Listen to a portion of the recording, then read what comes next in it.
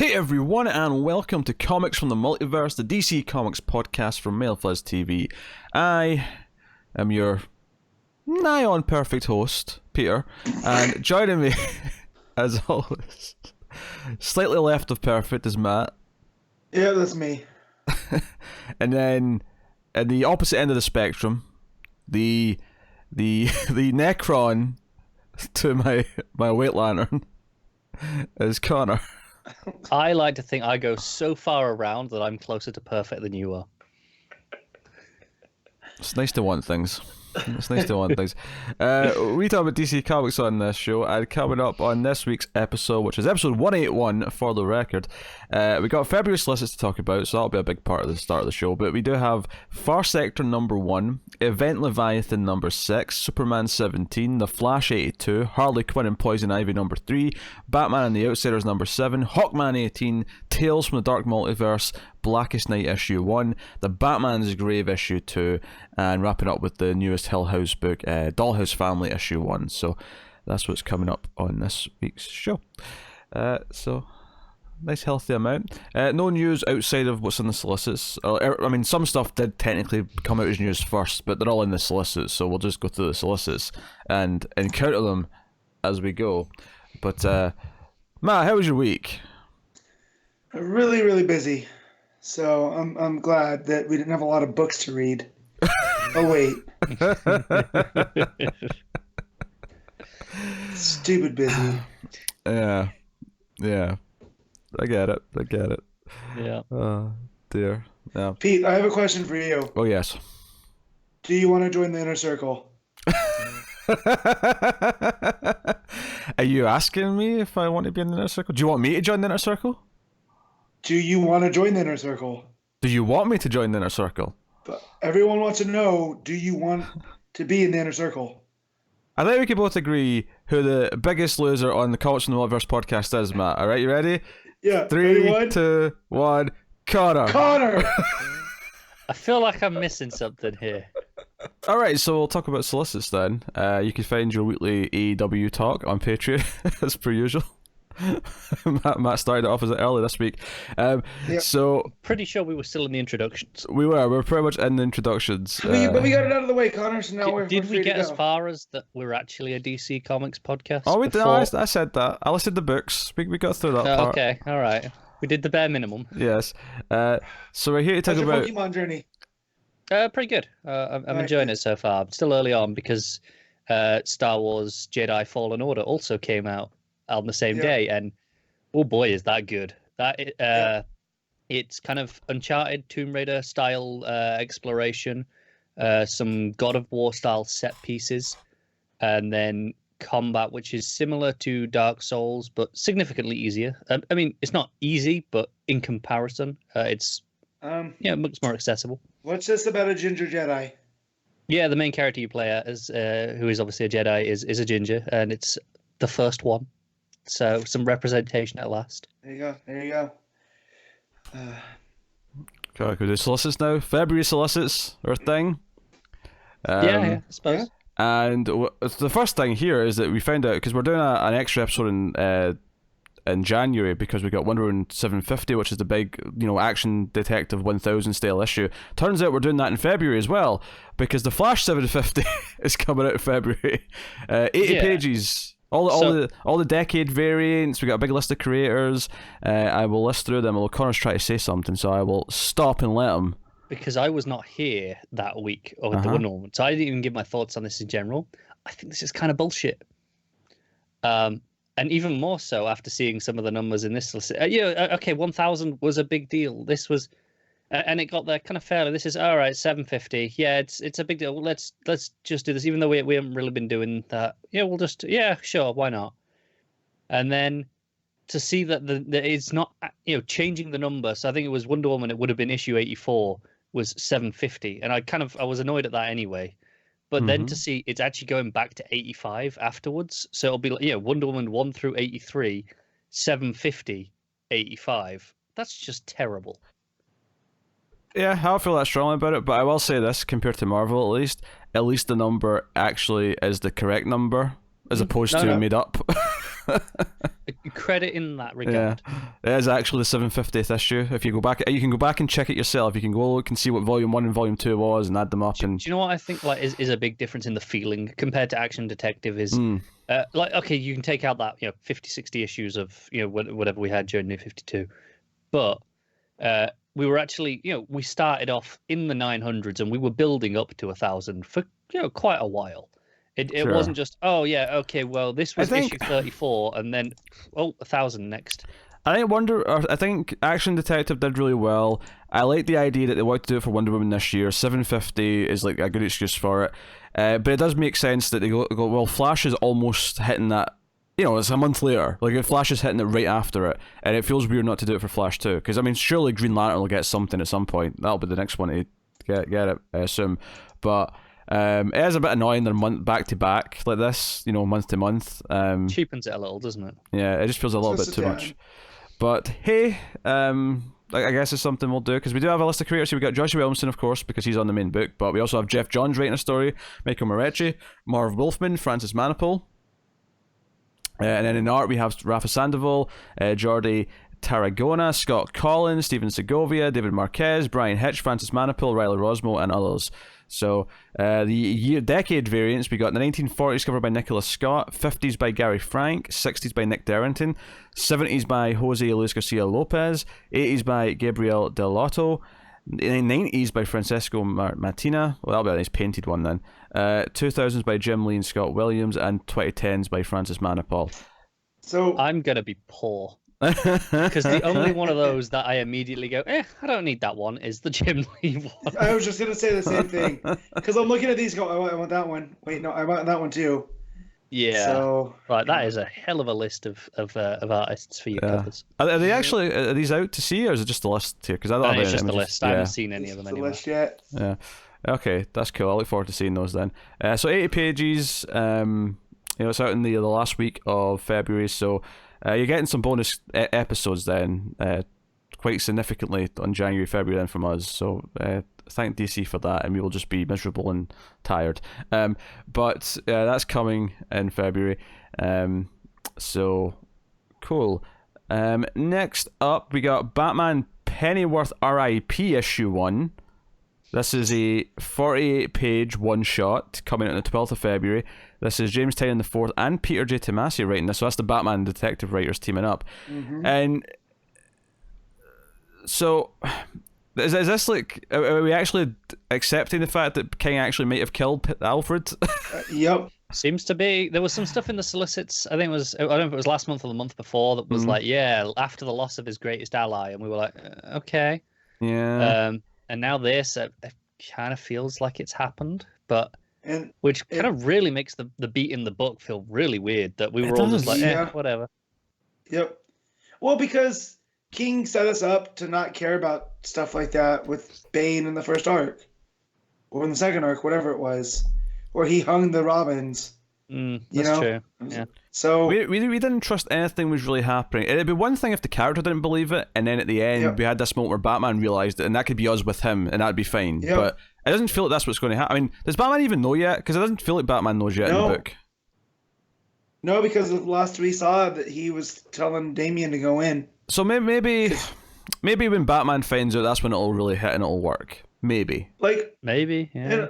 Spoilers for Harry Potter coming up right here, guys, in case you haven't.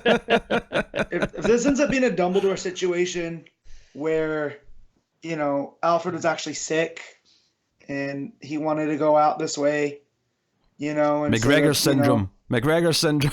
Yeah, I can accept that, but just the way this was handled, this is kind of upsetting. It's like you don't mess with Gordon and you don't mess with Alfred. No, but here's the thing: I'm okay if Alfred is gone. Do you know what I mean? Like that's a fine thing to do, as long as I actually give a shit when it happens, not just kind of turn the page and go, all right, well, yeah. Whatever, I mean, the death of Alfred is like a thing that we have to do at some point in the Batman comics that can stick, because just like the death of Jonathan Kent, it can be a big thing that kind of shifts and changes the dynamic of Batman for a long time and sort of reset the board. And it makes sense to do it. Just like, Bruce leaving and Dick replacing him, which I wish was permanent and it wasn't. But again, that's something that theoretically should happen someday. Of course, the reason why it doesn't stick is because DC are determined to always go back to the status quo, because comic books are like that and it's frustrating. But we just have to accept DC are not it. alone in that regard. Yeah. Oh yeah, it's not just them. Like, everyone's like that. But yeah, so yeah, one shot, 12th of February, and yeah, we'll see what this is. Fine. It's hard to get excited because. And maybe this will be good. Maybe this will like give him a send off that feels more justified, or it feels more. Maybe this will actually make us care. Yeah. So that would be nice. Next up, Amethyst issue 1 by Amy Reeder, who's doing both writing and art. So yeah, I feel like we heard about this so long ago that I'd forgotten that it was coming, and then it just being in these solicits was such a pleasant surprise. Yeah, there's actually a glitch here on the solicits. I don't know if it's just on the Newsarama version or if it's on every version, but the bottom part that tells you what date it's coming out on and how many issues it is actually mixed up. The next book has both, like, has 2 sets of that. So I'm assuming this is the one that's 3 issues and they're all oversized. Just because the next book, it makes sense for that to match the first one. If that'll make sense in a second. Yeah. So the next book is Deceased Unkillables issue 1. So it's another mini sequel to Deceased. Tom Taylor writing, of course. Where's my button? Tom Taylor. Thank you. But we have Carl Mostert and Trevor Scott on the art. So the 2 sort of ends of these solicits are mixed up, and there's one that's 3 issues at 48 pages each, which is prestige format, and then there's one that's 1 of 6. I'm assuming Deceased is the 1 of 6 because that'll match the first book of it.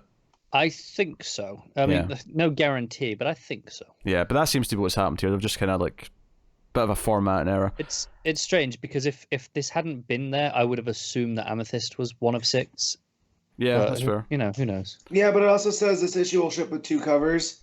There's only 1 cover for Amethyst as of right now. So, yeah, I'm going to go and say that Amethyst is the 1 of 3. That makes the Amethyst must be the 6 issues then, because this has 3 covers right here in the solicits. Yeah, right, but it says it's going to ship with 2, which means you get 2 automatically. No. Yeah, but Matt, one says 3 covers, the other says 2 covers. None of them say 1. And Deceased has 3 covers, so theoretically that means that's the 3 issue one. So we think Deceased is the 3 issue prestige. Possibly. I'm not convinced. that bit of evidence is much more compelling, though. I'm not convinced, but we'll see. We'll see. The point is, don't make mistakes in your solicits. I'm gonna go check Tom Taylor's Twitter and see if he's put anything out about it. Check another one. Check another source. Maybe another site's not muddled up like this. But yeah, a really pretty cover here actually. A Red Hood's mask being smashed and just a sort of zombified face underneath. I've got a CBR article saying that it'll be a 3-issue series for Deceased. Interesting that it's different from the first one, especially since they're double-sized issues. So it's not like there's less pages necessarily compared to the previous book. It's just in 3 parts.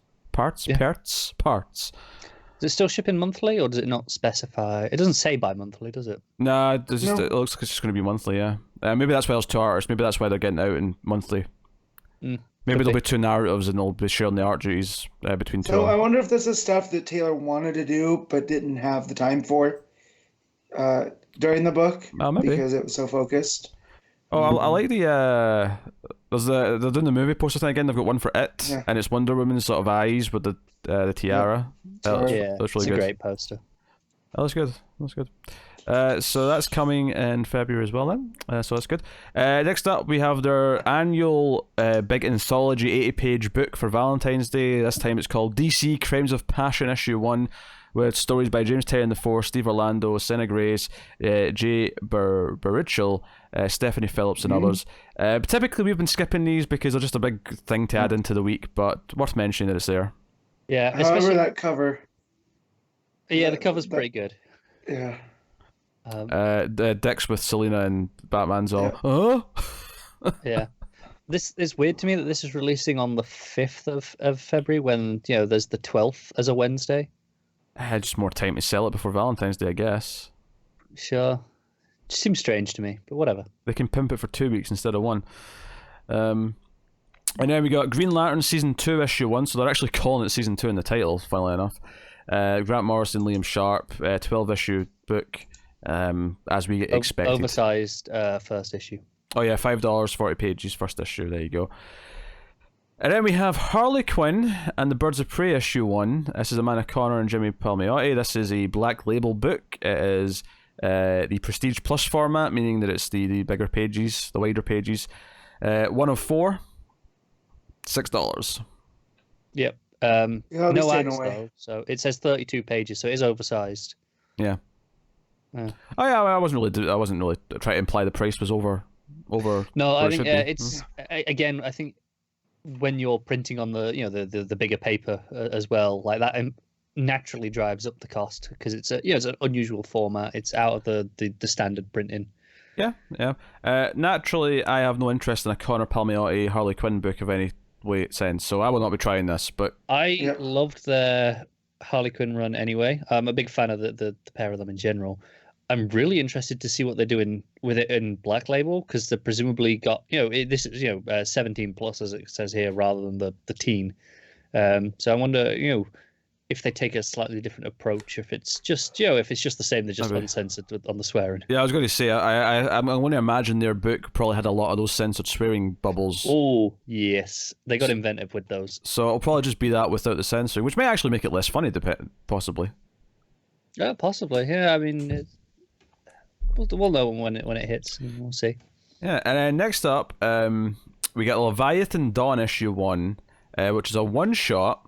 Obviously, Brian Michael Bendis, Alex Maleev, following on from Leviathan, or Event Leviathan, sorry, which I think it was becoming clear the more we went through that book, Matt, that this was not going to be the end of this story, that book. Yep. And this is clearly setting up whatever's coming next. There's going to be more with Leviathan. This is the dawn of like a whole chunk of time. This is not just one little quick thing.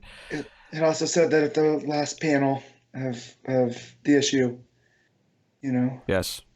I saw these solicits before I read the book, though, so I mean, I was just kind of... Oh, way to go. But, yeah, I mean, at the end of the book, Simon says it, yes. But, I mean, even before we got there, it kind of felt that way. It felt like we weren't going to get it all wrapped up neatly by the end of the issue. So interesting that there's a couple of months before this. Yes, well, it does say it's coming back in Action Comics next month first. Right. Fair enough. So there's going to be some Action Comics stuff before we get to this book. But so Leviathan Dawn Issue 1's a one-shot, 48-page, $5, so annual-sized, basically. So going to be a must-read if you're reading Bendis' Superman stuff, I imagine. So I assume you're pumped for this, Matt. Yes. I'll take more Bendis Maleev in DC. I don't care what it is. And this is just more good, so... Yep, skip it down to the next proper book. We got another Hill House book starting in February. This is a 6-issue mini called Plunge. Joe Hill writing with Stuart Immonen on art, which is actually quite... exciting. That's quite enticing. And there's a variant by Gary Frank. Hell yeah, there is. Big time. Yeah, Gary Frank variant is nice, although it's not coloured yet. So it's someone underwater with scuba gear and there's a nasty looking shark looking thing. I'm okay if it stays like that. I think it looks great as it is. I actually really like the main cover as well, though. The splashes of red really stand out. With the ship. So I'm going to read the description for this because this is a completely new thing. In the aftermath of a devastating tsunami, an exploration vessel known as the Derlith begins sending an automated distress signal from a remote atoll in the Bering Strait. The only problem is... The Bering? Oh, sorry, I said Berling, sorry. The Bering Strait. The only problem is that Darlith has been missing for 40 years. Oh, well, I'm liking the mystery of this already. Marine biologist Mariah Lamb joins the Carpenter Salvage. The influences are being felt. they're not shying away from it, are they? The Carpenter Salvage team to recover the Darlith's dead, only to find that this remote part of the Arctic Circle that the dead have plenty to say to the living. Joe Hill and Stuart Immonen's plunge into terror begins here. Was this the one that they previously described as their thing? Yep. Yep. Yeah, okay, that's making a lot of sense. We knew about this, but I don't think we had a name. Yes, we knew it was coming, but... Yeah, and we didn't have a full description like this. We kind of just had vague tonal hints. Yeah, I think we knew... said it sounds like the thing. Yeah, I think it was like they were investigating something in the Arctic or something like that, we knew. But this is a bit more, I love everything about this. I'm in. I'm so in. This sounds... Me too. I'm all in. Power is the best ever hardcover. This is a weird place for this. Is this an original graphic novel, or is it? No, because it incorporates remastered pages from Powers 7 and 8. It's just in a weird place in the Solicits. Okay, fair enough. Next up, so it's funny we get that Leviathan one-shot, because we also have another one of those Superman one-shots where we've had... This is the third of these, I think, because I'm pretty sure there's another one solicited for before this, but this is basically all the different Superman writers. So you got Bendis, Fraction, Rucka, and now Jody Houser for Supergirl, all doing a story each in a one-shot that's presumably setting up the next year's Superman sort of stories. So again, it's a one-shot, 48 pages, $6, and the last one of these was good and vital to the ongoing story of all these books, so this makes sense. Yep. So, cool. No complaints from me.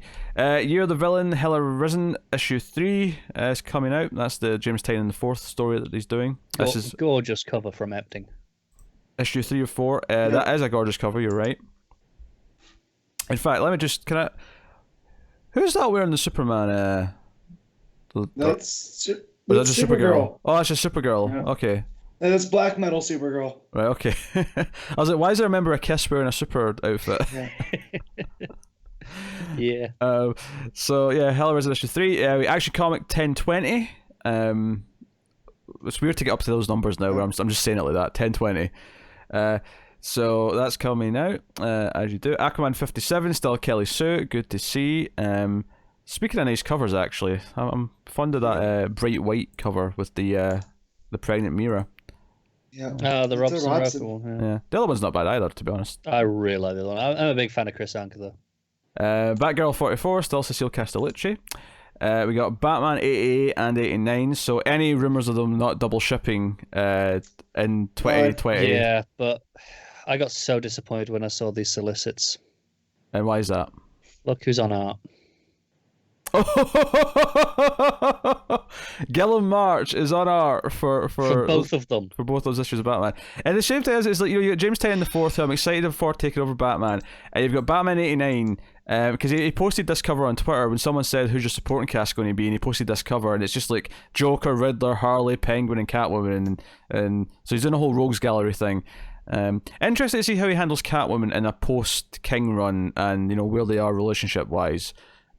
Is he just ignoring all that? Is he just doing Catwoman as a sort of...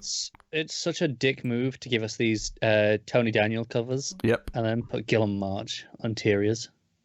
That's going to be a rough couple months.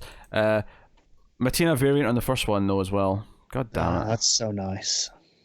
I think this might be a Batman Returns callback, because you got Penguin and Catwoman. In fact, even Catwoman's outfit's kind of... I mean, it's not exactly the Returns one, but it's... No, but that's the one that Joelle Jones put her in. Yeah. And Penguin's even got the umbrella with a gun, like the movie, so... I hate that movie, but I appreciate the nerdiness.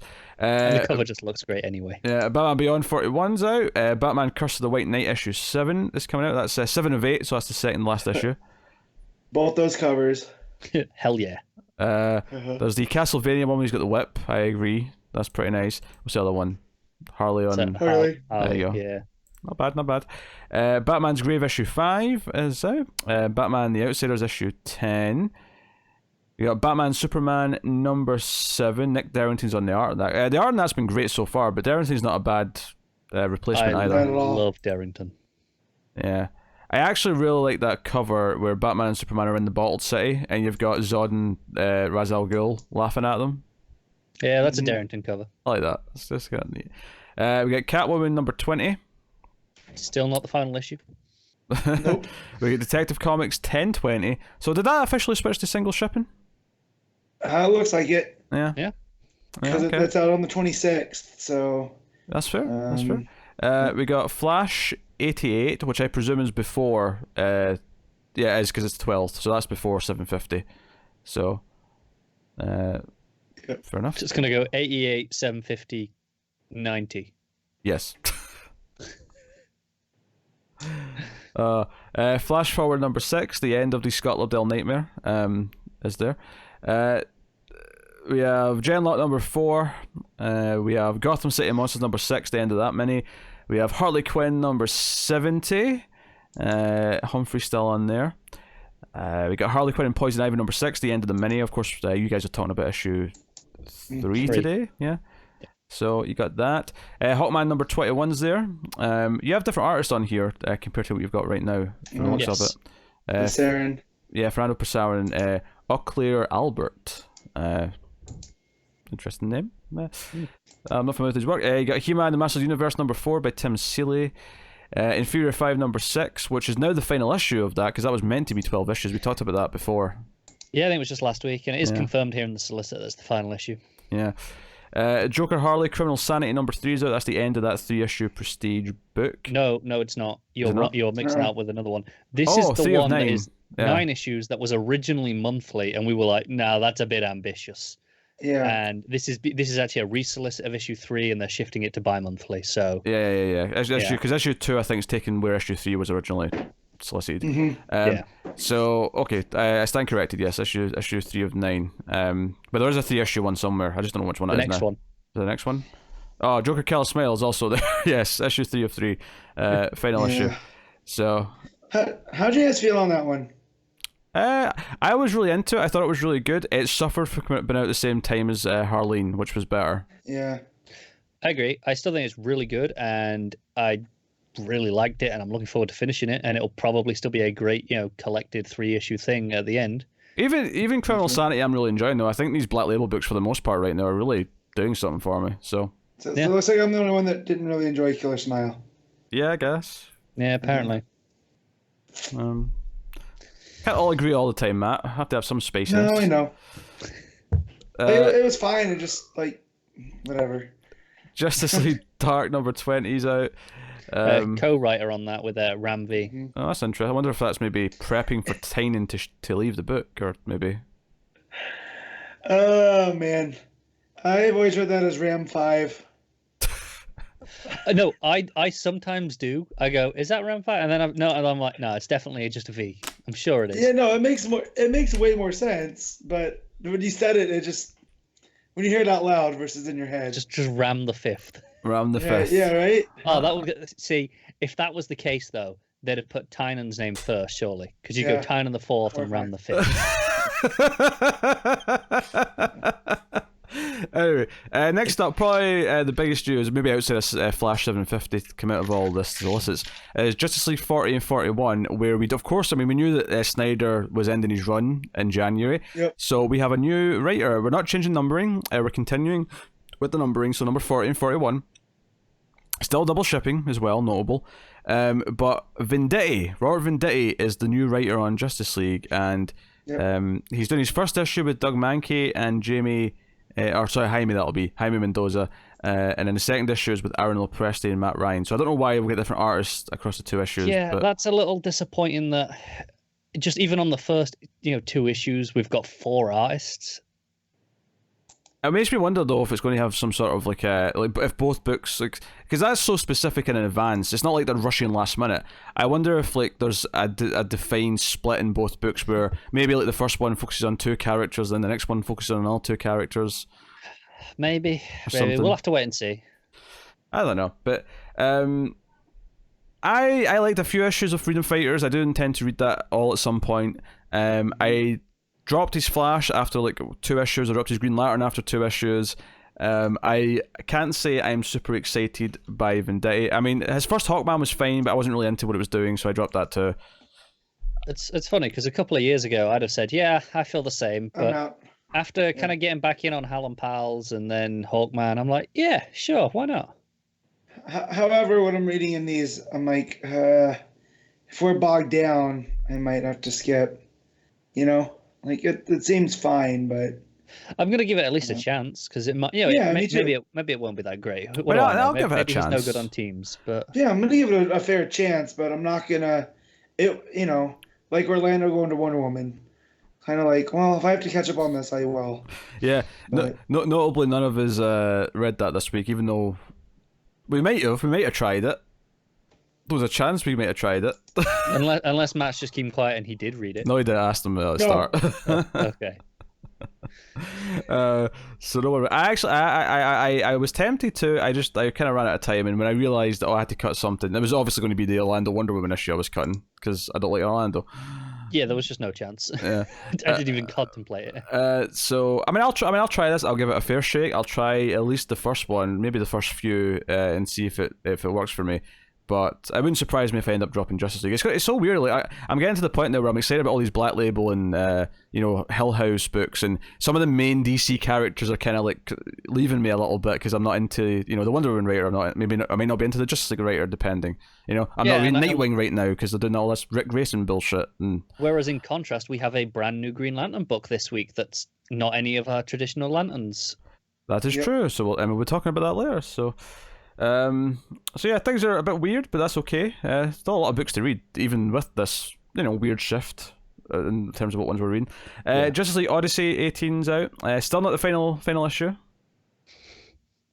It's on final issue watch. That book has gotten so weird from what I've seen. Yep. Just based off of solicits and covers. Just look at that cyborg. Ugh. Yeah. I want to praise, I think it's the variant for Legion of Superheroes number 4, which is next. That is beautiful. Yeah, that's pretty gorgeous. I'll give you that. Absolutely beautiful, that cover. I like the other cover. I mean, of course you do. I mean, the other one's a good classic comic book cover, but I really like that variant. Yeah. So that's coming out. Lois Lane number 8, 2/3 through that then, come February. We have Scooby-Doo, Where Are You? 103. Well, Scooby-Doo. We have the final Martian Manhunter, issue 12 is out in February. Metal Men, issue 5. I'm actually looking forward to issue 2 of that. I quite enjoyed issue 1. Yeah, I did. And when I saw this cover and went, oh, of course it's DDR writing. Of course OMAC's going to show up. That dude loves OMAC like I love Guy Gardner. It was small. It was the thumbnail, and I was like, "Is that a blue mohawk?" And I clicked on it. Yeah, that's a blue mohawk. To be fair, I think OMAC is a lot of fun. Sure, but that dude loves him. He puts him into everything he can. He really does. Mm-hmm. So. We have Nightwing 69, and the cover with Nightwing in this grey suit is upsetting to me. And Matt's been 12, and he's at 69. Also, in the solicit there, it says October's Nightwing annual with a dash. What? Did they kind of change the name, the way they print it, or is that just a weird solicit thing? I don't remember it being a dash in the title for the last solicit, or when this came out, but... Yeah. He's not Nightwing anymore, he's Nightwing. Yeah, I was like, what's going on there? Say if I ever open a restaurant, the chicken wings are going to be referred to as night wings. Of all the themed food. I don't have any other whitey puns to throw out at this moment, but I'll think of some later. If you say so. Red Hood Outlaw 43 is out in February. Some different artists on there that I don't actually recognise immediately. Criss Cross. All one word. It's Criss Make Cross. You jump. Yeah. Ruby issue 5, Shazam number 11. Out in February. That's a resolicit. Still not the final issue. Still a resolicit. Which is good. I don't want it to be a final. I like Shazam. I just wish it would stop getting delayed. I think this is the penultimate chapter of that story, so 12 might be your final issue. It could be, yeah. But this seems. I mean, I know whatever one's next get delayed by a couple of weeks, but this still seems relatively feasible based on when 10's meant to be out. Is 10 the next one? No, the next one's like 9, I think. But okay. But it's like 9 December, 10 January, 11 February. That's plausible. They've not all stacked up, like, 'cause you remember when they're delaying them all, and it was like, okay, they're now all 4 of them out in the 1 month. we will still go, yeah, it's possible. I mean, I think the track record of this book says it's unlikely, but it's possible. Yeah, honestly, I think it's Stargirl. I think it's Jeff Johns is show running a TV show, and I think that's why. I think that's the reason why. Because it's not like he's ever had much of a problem before, like this last couple of years. That show better be worth it, though. That's all I gotta say. Oh, I hope so. Suicide Squad number 3, Tom Taylor's Suicide Squad, super exciting. Oh, actually, that reminds me. So he's doing Deceased, the Unkillable, right? Unkillables, The second one, right? But someone asked him on Twitter this week or last week, like, oh, I love you doing DC work. Are you doing any more stuff on continuity? And he said he's doing Suicide Squad and anything else. We'll see. And I remember thinking, oh, he's teasing maybe something else he's got in the works. And Deceased has popped up, but that's obviously not in continuity. So I'm just thinking now, oh, does that mean there's something else maybe for after that he's got kind of... I think it might be, because it was funny, because when he made that tease, oh, if there's something else, we'll see. And then it was later that week, that we started, he started teasing Unkillables. And then you kind of forgot about the earlier thing, because oh, this is his new book, right? But yeah, he did specifically say it was in continuity. We know he's got a story in Tech, I think, one of the issues. Yeah, we'll be reading Tech next month, because that's his issue. Then yeah, we're there. Yeah. Just jumping for one random issue of Tech. Suicide Squad number 3. Supergirl 39, still Jody Houser. Not final issue. I'm glad that book's thriving. With a not Art Gem variant. No. Someone else who's kind of Art Gem-esque. Black Metal Supergirl versus Wonder Woman. That's rad. Just frustrated about the Art Gem one is that it's not bad, but it's just the face just isn't as good as when Art Gem does it. It's just a little off. But I give Art Germ credit now for creating a style of variant cover. Oh sure, yeah. That ultra digital sleek kind of. Yeah, I agree. The face isn't quite as good. I think that the texture work on the cape, I really like in this one more than I traditionally see in Art Gem stuff. Well, it's in the rain, so yes, the artist's got a lot to work with what to do with it. Yeah. Yeah, that's cool. No. Superman in 20, of course, is out. Bendis' reign of love and joy on Superman continues, as much as Connor hates it. We have Superman Smashes the Klan number 3, the third 80-page book in that series. Yep. So that's the final one as well, for the record. Matt, have you read that yet? I started it, and then I have other things. I'll wait till it's all done, and I'll probably go back and read it. Because it's pretty hefty. Like, it's not a difficult read, because it is, again, aimed at kids. There's just a lot. Yeah. So I want to get caught up on Checkmate first. That's fair. Caught up on That's for taking my bandwidth. That's fair. Yeah. Superman's pal Jimmy Olsen number 8 is next. So I just started giggling because I clicked on the cover for this, and it might be my favorite cover ever. It's a play on King Kong. Jimmy's huge and he's at the top of a building, and he's holding someone. Who's that he's holding? I don't know, but he's wearing a loincloth with a bow tie. It's the bow tie that makes it. It does, right? Like, yeah.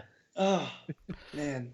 Next up, Adam Glass is still doing Teen Titans at issue 39. He's a co-writer now, though. He's got a co-writer, true. But Terrific's number 25, still not the final issue. No. Oh, man, and that main cover by Dan Mora, hoo-wee, that's a poster. Yeah, I like it. I like it a lot. Oh, that is nice. And this is actually interesting, this issue, because this is a pseudo choose-your-own-adventure. Yeah, and it's a 25th issue, so it's a little oversized, $5, like a lot of the other 25s have been. I did not expect Terrifics to get issue 25, so I am impressed. I am pleased for it, even though I stopped reading it at the end of it is the last New Age of Heroes standing, right? Yeah, by far, yeah. So, yeah. I'll probably go back and read whatever this last arc's been later, for fun's sake. I like Yang enough. I just, again, on the week that it comes out, there's a bunch of stuff. Yeah, and this issue has more on interiors as well, not just cover. So that's nice. People should enjoy that. Titans Burning Rage, last of the the Walmart special reprints of the Titans book, so that's there. Wonder Woman 85 and 86, that's still double shipping in February, and that is Steve Orlando's books, of course. Yeah, and that's dealing with fallout of Event Leviathan. I think it's stuff to do with Steve Trevor from the first issue of that. Yeah, he was arrested. Yeah. Yeah. So yeah, that makes sense. It's nice that it's spinning into that, even if I'm not super into Orlando. We got Wonder Woman, Dead Earth 2. This is the bi-monthly Black Label Wonder Woman book by Daniel Warren Johnson, who's both writing and on art. So we've not been able to sample this yet, because obviously the first issue is next month. But we'll have a look. So that's a 4-issue book bi-monthly. Black Label. Looking forward to it though. Yeah, looking forward to seeing what it is. First Sector number 4's out. That's 4 of 12. So that's cool. A couple trade paperbacks here, presumably from the DC Kids stuff. Antihero is the first one. Looks like it just by the picture. Yeah, DC graphic novels for kids, and then the next one is young adults. Yeah, Lost Carvin, a Dick Grayson graphic novel. Yeah, we knew about this one. I think Michael Yep, Moretti writing it. Seems fun. Yeah. Yeah. And then we got some Hill House goodies. We got Basket Full of Heads number 5, which I'm all in on after issue 1. 100%. It's issue 5 of 7. I thought that was a 6 issue, so I'll take 7. I'll happily It take must have 7. got bumped at some point. Maybe. Then we got Daphne Byrne issue 2. Not been able to sample that one yet. Dollhouse Family number 4. We'll talk about issue 1 of that later. The Lolo Woods issue 3. Looking forward to trying that. Then we're on to the Sandman Universe stuff. Books of Magic 17. The Dreaming 18. House of Whispers 18. John Constantine Hellblazer issue 4.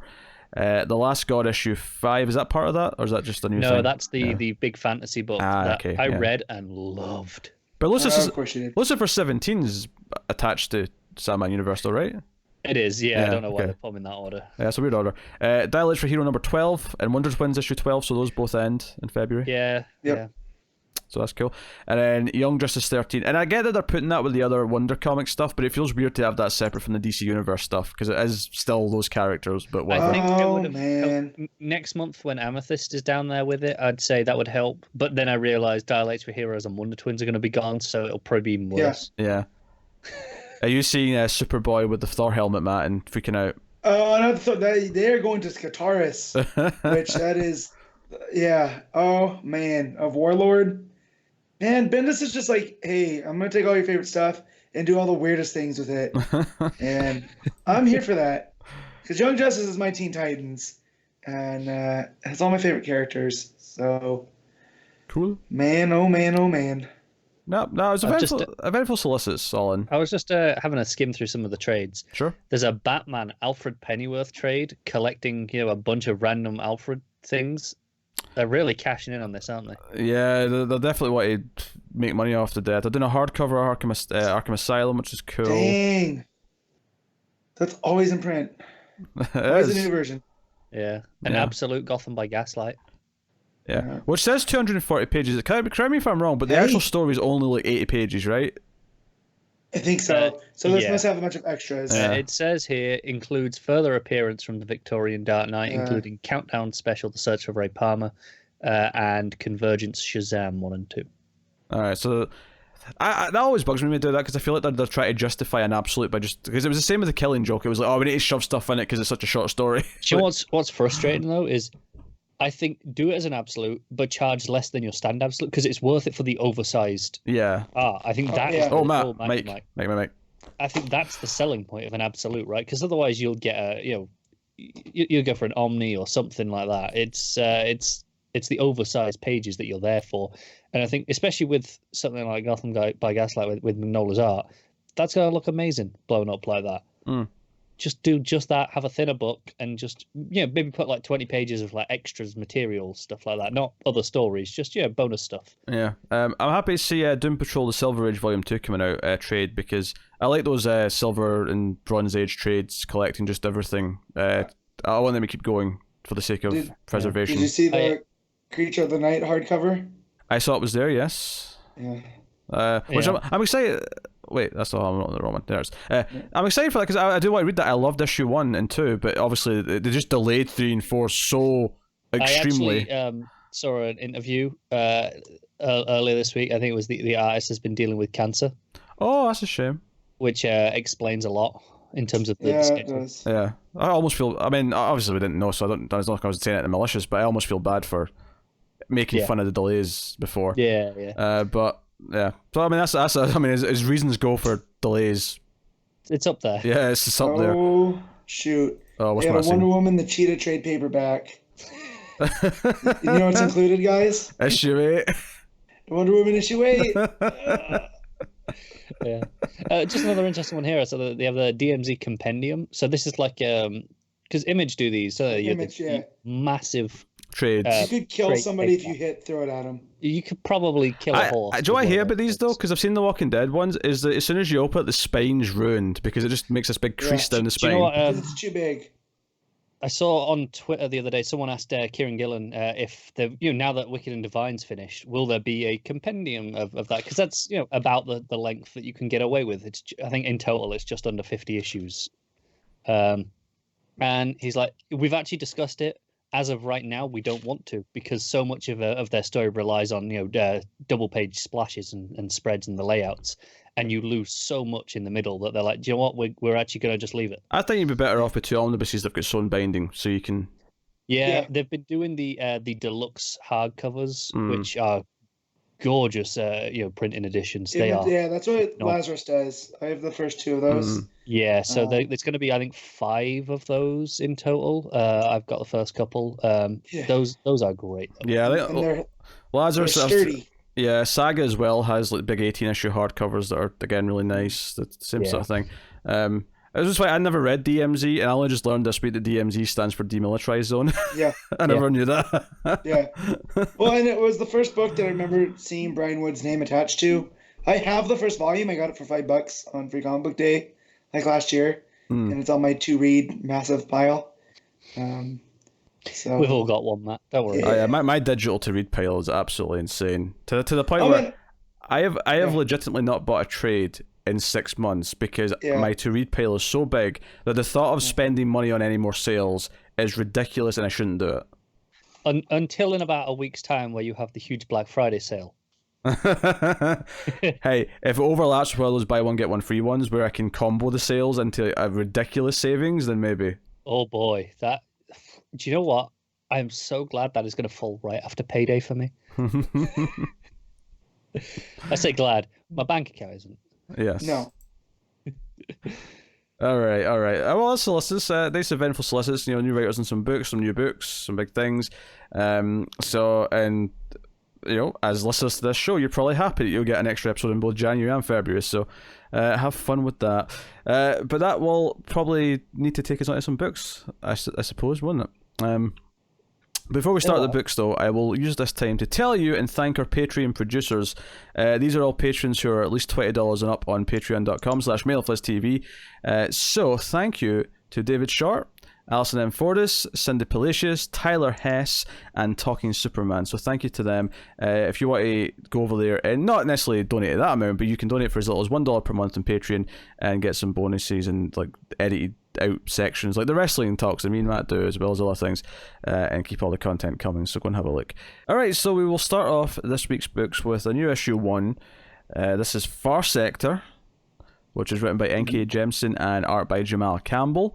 And this is a new Green Lantern book introducing a completely new character, at least as far as I know anyway. I don't know if this character's popped up. Yeah. Completely new. And it's a murder mystery. It starts off with a crime scene on this other planet that, again, we don't really know the planet. Just like, technically this is part of Young Animal, but it feels like it's kind of closer to DC continuity than just some of the other Young Animal stuff. Yeah, that's fair. To the point where I never even really realised. I'm looking at the cover now. Yeah, it does say Young Animal, but... Yes, I know there has been some rumors that we've talked about this hero replacement stuff that's going to go on in the next year or two. There has been some rumors that this character here will be taking over as the Green Lantern in main continuity, to the point where my shop actually limited this to 1 per customer. Oh, they're thinking that people are going to want this as the first appearance later. Yeah. I could see it. because what we find out about her origin, it doesn't seem Green Lantern. It seems Green Lantern adjacent. Well, I think that's how it is right now, but maybe by the end of 12 issues, who knows? Maybe. I do like her Green Lantern cloak, though. She makes a cloak for herself out of the light, the energy, so that's kind of cool. Borderline poncho. Sure. Yeah.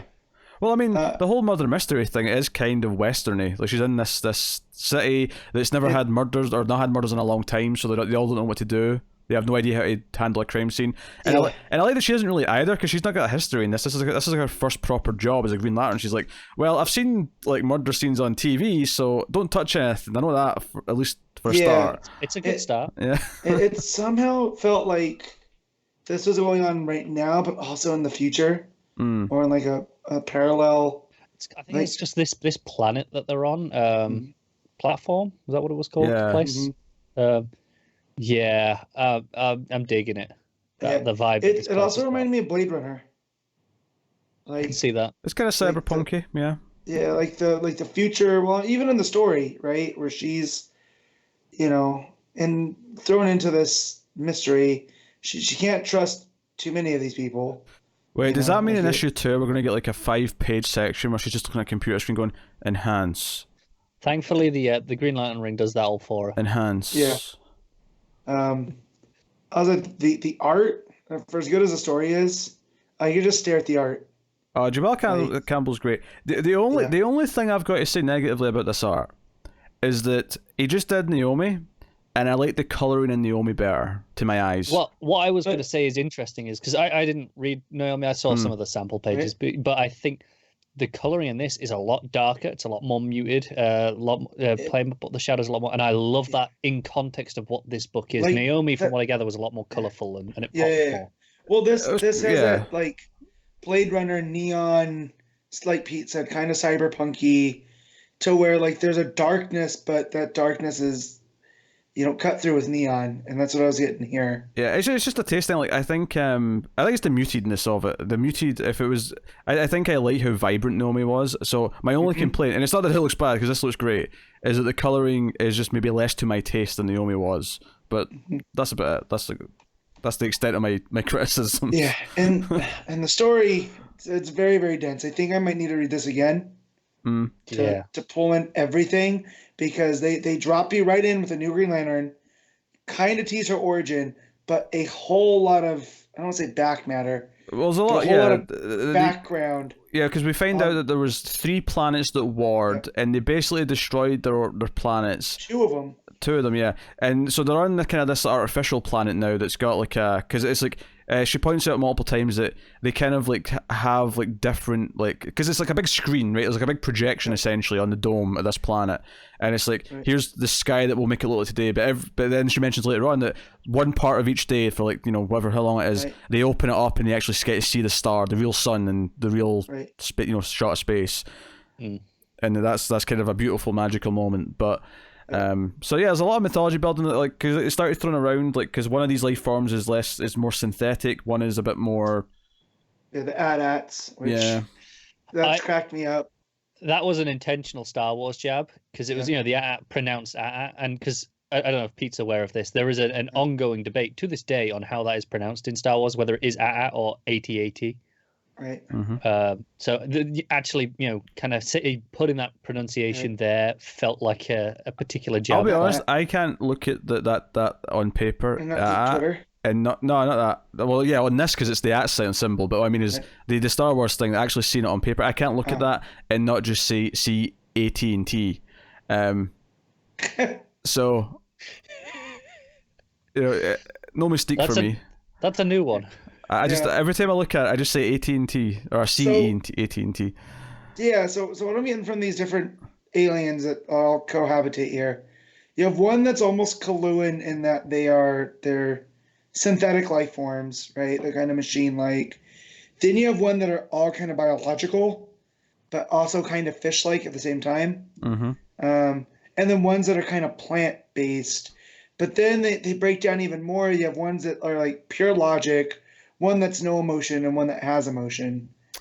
Yeah, and they all have really long, weird names. You know, for example, the page I'm on right now, the sort of the more royal-looking guy, he's Marth of the Sea by the wavering dark until the sun falls. That's his name.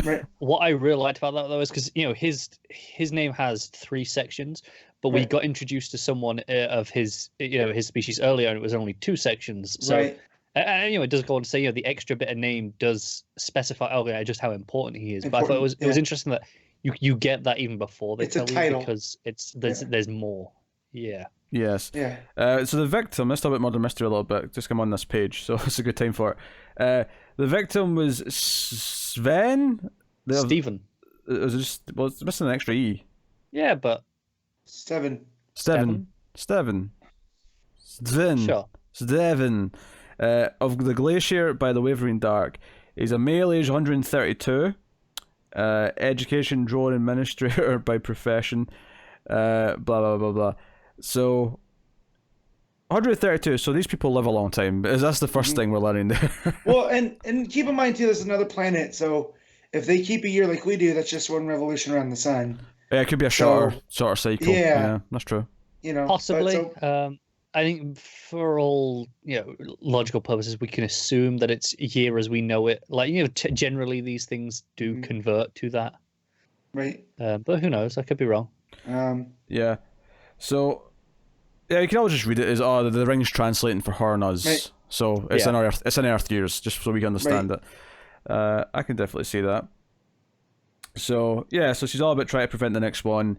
And we get this is where it starts like, hey, I should probably explain some of the backstory, and we get the backstory of how these planets fell and how they're kind of all, because they're really tense this entire meeting, because most of the issue is in this kind of like meeting room, and all three aliens are, they're constantly disagreeing, they're ready to fight, tensions are high. There's prejudice amongst them. Like, this is supposed to be the council, but one of them slips up and says something. I think it's the Green Lantern, or someone standing by the Green Lantern. Yeah, it's the synthetic one goes to call them like meat bags or something. Yeah. So you get the sense that there's this uneasy alliance amongst them, and that maybe this peace isn't as peaceful as we think it is. Yeah. Sorry, meat salads. Meat salad. Yeah. Meat salads. So no, really nice. So should we? Yeah, we fit. So when you get the little hint of her origin, when she gets the ring, we see the speech people say, "I'll give you 1 year, and a ring to make your will reality, like any Green Lantern, but also unlike." So someone gave her this ring in like a box. Right. This was not, so and so you have been chosen. No, and when she Green goes Lantern. to pick up the ring, it kind of molds, kind of like goes like a liquidy sort of effect. Yeah, and that's what I'm saying. Like, it's Green Lantern, but Green Lantern adjacent. Because I'm pretty well versed in the Green Lantern mythos. I've never seen anything like this. No, this is new. I don't think this is a legit Green Lantern ring. I think that's maybe what will be interesting by the end of the story. Does she earn an actual ring? Yeah. It kind of feels in some ways similar to Jessica Cruz in that, okay, this was a ring from Earth 3 originally, and it's okay, things like that. Or even Kyle Rayner, who was hand selected by Ganthet, right, to prove himself, because Hal had gone off, so he gave him a specialized ring. But yeah, I'm not complaining. It also felt very reminiscent to Teen Lantern in Young Justice, where Yeah, sure, I get that. we found hers is kind of Green Lantern, but not really, too. It's based off of that energy. So I mean, I like the character well enough so far. yeah. Oh no, I'm into this. Like, I am. It was a little dense, so I had to read it in parts. But at the same time, I really enjoyed it. I love I'm not into the hardcore sci-fi like Pete is, but this did it for me. I mean, she's already more likable than Guy, so I mean that's straight off the bat where we are. Speak for yourself. No, I kind of love this. Honestly, my biggest complaint is the ending. I think it should have ended 2 pages earlier. Okay. It's just 2 pages of extra fluff at the end that I think kind of just takes away from the pacing at the end. This might be a thing where the author has done a bunch of very well regarded novels, but I think this is her first comic work, so it could be just the change in format, and maybe it is the only thing that feels weird because of it. Yeah, but she's going to see a suspect who's been held in jail, right? That's how we end the issue. But there's a ruckus on the way in, and when they actually get to the cell, the body's been blown apart. Someone has killed him. Yeah, it looks ripped apart, maybe from the inside. Yeah, it could be a suicide. I mean, it's a sci-fi planet or an alien world. I don't know what methods of suicide they've got. This could be a suicide thing, but yeah, or they were suicided. Well, here's a thing that a big part of why this guy's a suspect is because he ate part of the victim, right? Yes. Or at least that's what they think has happened, and it looks like something's come out from inside with the way the quote unquote rib cage kind of seems to be sprawled out from it there. Right. So I wonder if what they think he ate, because they say he was kind of in a food coma essentially. Was it the victim, or was it something else, or did the victim have something that has done this? It's hard not to see some other influences here. It's hard not to think a little bit of Alien because the chest is like burst open. Yeah, definitely. So there's definitely some other sci-fi influences coming in here. So I kind of agree with Matt. I think it was a little bit dense. It did feel long to read, even though it was a standard issue book. But I did like what I was reading. I'm into the story.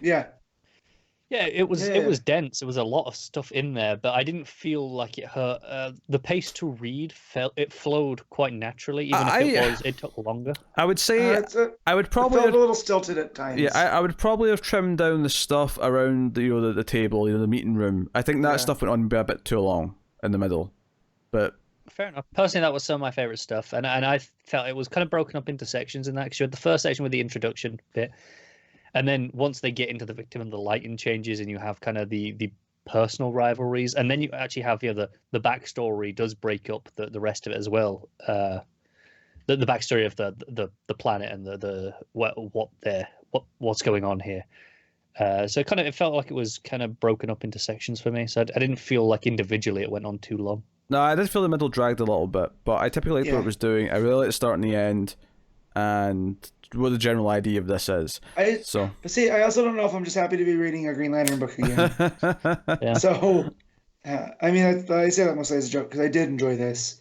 But yeah, no, it was really, really good. Yeah. You know, I was really hesitant because I was like, young animals not really my thing. So to know that this had that brand on it, but I think that's just, as of right now, it was just a kind of like the Wonder Comics. Yeah. It's just part of something. It doesn't necessarily mean that it's not continuity. Who knows? Right. I think the ending, I think that page where you turn and it's just the exploded body. I think that's a better ending than just because then there's a page of them reacting and some sort of shadow kind of flying across the room, and her leaping into to try and stop it. Mm-hmm. I think that those last two pages just feel a little bit unnecessary. I think the big reveal of the body as okay, that was our suspect, I think would have been a better, tighter ending. But other than that, I kind of loved it. All right. What we giving it then, Matt? We rating it? I'm gonna give this an 8.5. Car? Yeah, I'm giving it 8.5 as well. I give it an 8. I liked it quite a bit. Just pacing a little bit in the middle, just a bit more of a slog there, but hopefully that's something that evens out as the story goes. But I think we're all down to read issue 2 next month. So definitely. So it's good. It's good set. So that'll take us on to Event Leviathan issue 6. Bryan Michael Bendis writing with Alex Maleev on the art. This is the final of this mini, although as we said in the solicits, it's far from the final of the story. It's told kind of in hindsight. For the most part, we get some continuation of the Italia and Silencer stopping the vehicle, the Bat, SUV or whatever it was they were in. But everything else with Superman and Leviathan, where Leviathan reveals who he is told kind of in hindsight, because Lois is sort of writing her article and Superman shows up, and we kind of hear it all kind of after the fact, and we find out, of course, that everything with Batman and that happened in hindsight as well. We're just sort of seeing it more, I mean, it says 3 hours ago. It's not a surprise that it's in hindsight. It's just if that's also, whereas because I feel that the Superman stuff with Leviathan, that comes in later on as he's actually telling the story, whereas the Batman stuff feels just kind of separate on its own already. Yeah. So this is the thing with the reveal is I've seen people say that they feel like it was anticlimactic. But as we know now, this is just part 1 into something, right? And at this point, this whole mystery was who is Leviathan. But as silly as it's going to sound, it's now led more to why is Leviathan. Yeah, because, I mean, ultimately, some obscure manhunter that most of us have never heard of was not going to be a huge shock or a huge, whoa, him? Although I bet your ass there's one manhunter fan out there who's his mind is blown. Well, yeah, so me and Talking Superman were talking about this last month when this came out, and we kind of pinned it to Mark Shaw, but that doesn't answer any questions. It's not like here was the reveal and there's a full explanation. It almost was very like on Lost, where you want this one question answered and then that just opens the door to 4 more questions. Like here we have, if you know about the Manhunters, they were the first, police for the universe from the Guardians. And, how does Mark Shaw play into this? And now you have to look back into what, he did as Manhunter, but he's also not the first Manhunter. So it's like, I'm looking at Bendis going like... Can I understand, is your phone near your mic? No. Okay. No. There's been the odd little kind of... I just happened to there again. No. Yeah, no. It's by my modem. I'll move it back to here, but it's by my modem, but not by my mic. So, anyways, what I was saying, Bendis has created using a Manhunter. he's kind of created a spider web to almost get stuck into. So I don't feel like, again, this is not the end. Like, yes, this is part 6, but or issue 6, but we're still gonna go a little bit farther. And as for the Mark Shaw stuff, it's still a deep dive trying to figure all this out. Yeah, I like some of this stuff. Superman's like he's sort of like quoting him early on to Lois while all the fighting's going on with Batman and Kate. He's talking about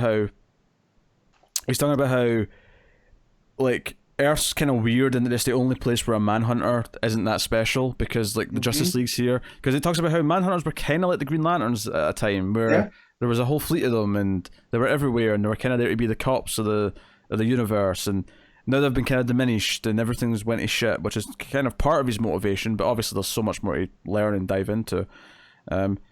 So no, I like this a lot. I will say there's a 2-page layout at one point when there's a whole sequence where Batman and Damien and then the others kind of join in and doing sign language. So good. Yeah, that was really fun. My only complaint is that the layout of the 2-page layout page is that honestly it wasn't that obvious at first which way I was supposed to read that. Am I going across the 2 pages in rows, or am I doing sort of down the page and then across and then doing the other page? It wasn't necessarily obvious at first. Yeah, so. No, I just because of they have that line that connects them. Mm-hmm.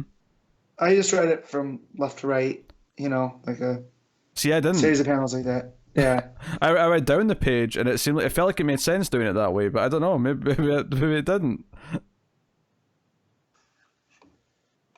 But yeah, but no. So now I'm looking up Mark Shaw. I found a really good, a really good article that breaks everything down, and like you look at his history, and we should have seen all this coming, and that's the type of mystery I like the most. Mm-hmm. So I kind of feel like I guess you're in Lois's and the other detectives' shoes here. That if you care to look up this stuff, but no, I liked all of that with the reveal and how they were all surprised, and then how Kate Spencer, how she reacts to this because they can't trust her because she is a Manhunter, so they have to battle her, and I think is it Lois that brings her down? No, she's not there. Oh, she's not there. So who brings her Talia. down? I'm sure it's Talia. It's Talia. Yeah. Gotcha. Well, I think what I like about that is that it's not that she's actually evil. She just panics because she gets really frustrated and then acts out. And Batman even says that at the end. I also like that Mark Shaw's plan, Leviathan's plan for everything that he's done, is actually kind of inspired by Sam Lane. Sam Lane essentially wrote a report about how all the organizations are messing with the world and how like they should be dismantled and all that. And Mark Shaw's taken it and just done it. He's took it as a to-do list, which wasn't necessarily the intent.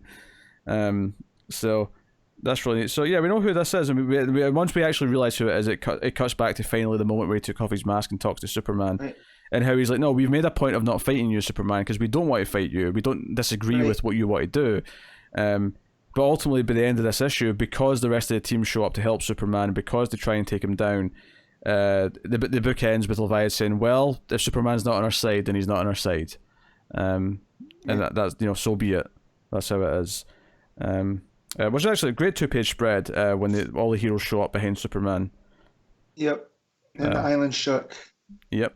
Really, really nice. I love the colouring in those pages because it's all cold and that, but once they show up, there's a lot of like oranges. Once they pierce that bubble that Leviathan put them in. Yeah. Yeah. But no, I love that Sam Lane created this, and now Lois kind of has to deal with that. Like what this means for the character going forward, and then when you think about some of the other Bendis stuff that he's been writing, and like I'm getting a lot of father issues going forward out of Bendis. Oh, sure. Can I just say, actually, the panel, so after they sort of beat him and make him run off, or as they're doing that, there's a panel of them looking up at him and he's just kind of floating in the sky, Leviathan. Yep. And I was getting such Magneto vibes from that panel. Yeah. He looks like Magneto, but anyway, at least in that panel. And Batgirl rejoins everyone. And even point out that Leviathan's going to be pissed at her and gunning for her because she infiltrated and betrayed them. Yep. And she's so Talia's like, we need to hit him hard. We need to go back at him. And then Arrow just tases her with a taser arrow, which that just cracked me up. So I'm curious to see where this leaves the DCU going forward, because all of the clandestine agencies in the U.S. are gone for right now because of Leviathan. But Leviathan's still working in the shadows, and it's all framed around Lois writing an article as she's talking to like Superman and the others. And it ends with her clicking publish. So we actually get a page of just the article, and it's Leviathan revealed. And it's just in case you weren't following what was going on. It clearly explains that Mark Shaw is Leviathan, and he's been trying to take down all the organizations. And it just it makes it very clear. And the final page is just Leviathan reading this article with Guardian of all people. Yeah, and it's which Guardian was this? This is the guy that was left in the hospital bed, right? Harper. Which then also this makes me think that, man, Roy Harper really caught it, because we all thought he was part of this from the beginning. And no, he was the only casualty of Heroes in Crisis. Yep. So, yeah. Well, I'd argue the other casualty was our enjoyment of books, but other than that. Well, yeah, but I'm talking about that's gonna stick, because we all know Wally West is coming back at some point. Regardless if we're gonna read that book or not. I think he's not gone. What I like about this is that it doesn't defeat Leviathan. It reveals who he is to the world, so everyone knows he's coming. Yep. But his attitude here at the end is well, they don't want to help us, they want to fight. Fine. That's the last bubble is fine. Yeah. He's just like, okay, it's time to fight. It's done a good job of building him up to be this villain. I feel like this is a villain that we'll look back on years later and say, yeah, this is like one of the prominent villains of the modern era. Because I feel like the introduction and the build up to him has been really good here. So I'm into it. And yeah, because that's what he says to Guardian at the end. He goes, they would rather I burn this all to the ground than try to fix it. Yeah. And that's what he says fine to. And it's like, oh, well, it was always my theory that he's actually a good guy, and I still think so. But now they've pushed him, like you said, like Magneto. Right? Magneto started, he just wanted harmony. But you kept pushing him away and telling him that mutants are terrible. And, all right, fine then. I'm going to become the leader and put you guys under my boot. Yep. So, yeah. I didn't even think about the Magneto thing until you brought that up this morning. So, good pull, Pete. Thank you. Obviously, the art's fantastic throughout because it's Maleev. It's been fantastic throughout the whole thing. And he's coming back for the one shot, which is not the next time we're seeing it. It says Leviathan returns in Action Comics 1018, which is that this month's issue? Or next month's? I think it's next month. 20's February, so 19's January, so 18's December. Yeah, next month's. Although, technically, it may actually be the first week of January because the whole, the week off then. Christmas, but yeah, same difference. So, cool. What are you giving it, Matt? What are you giving Event Leviathan? I'm going to give this one also an 8.5.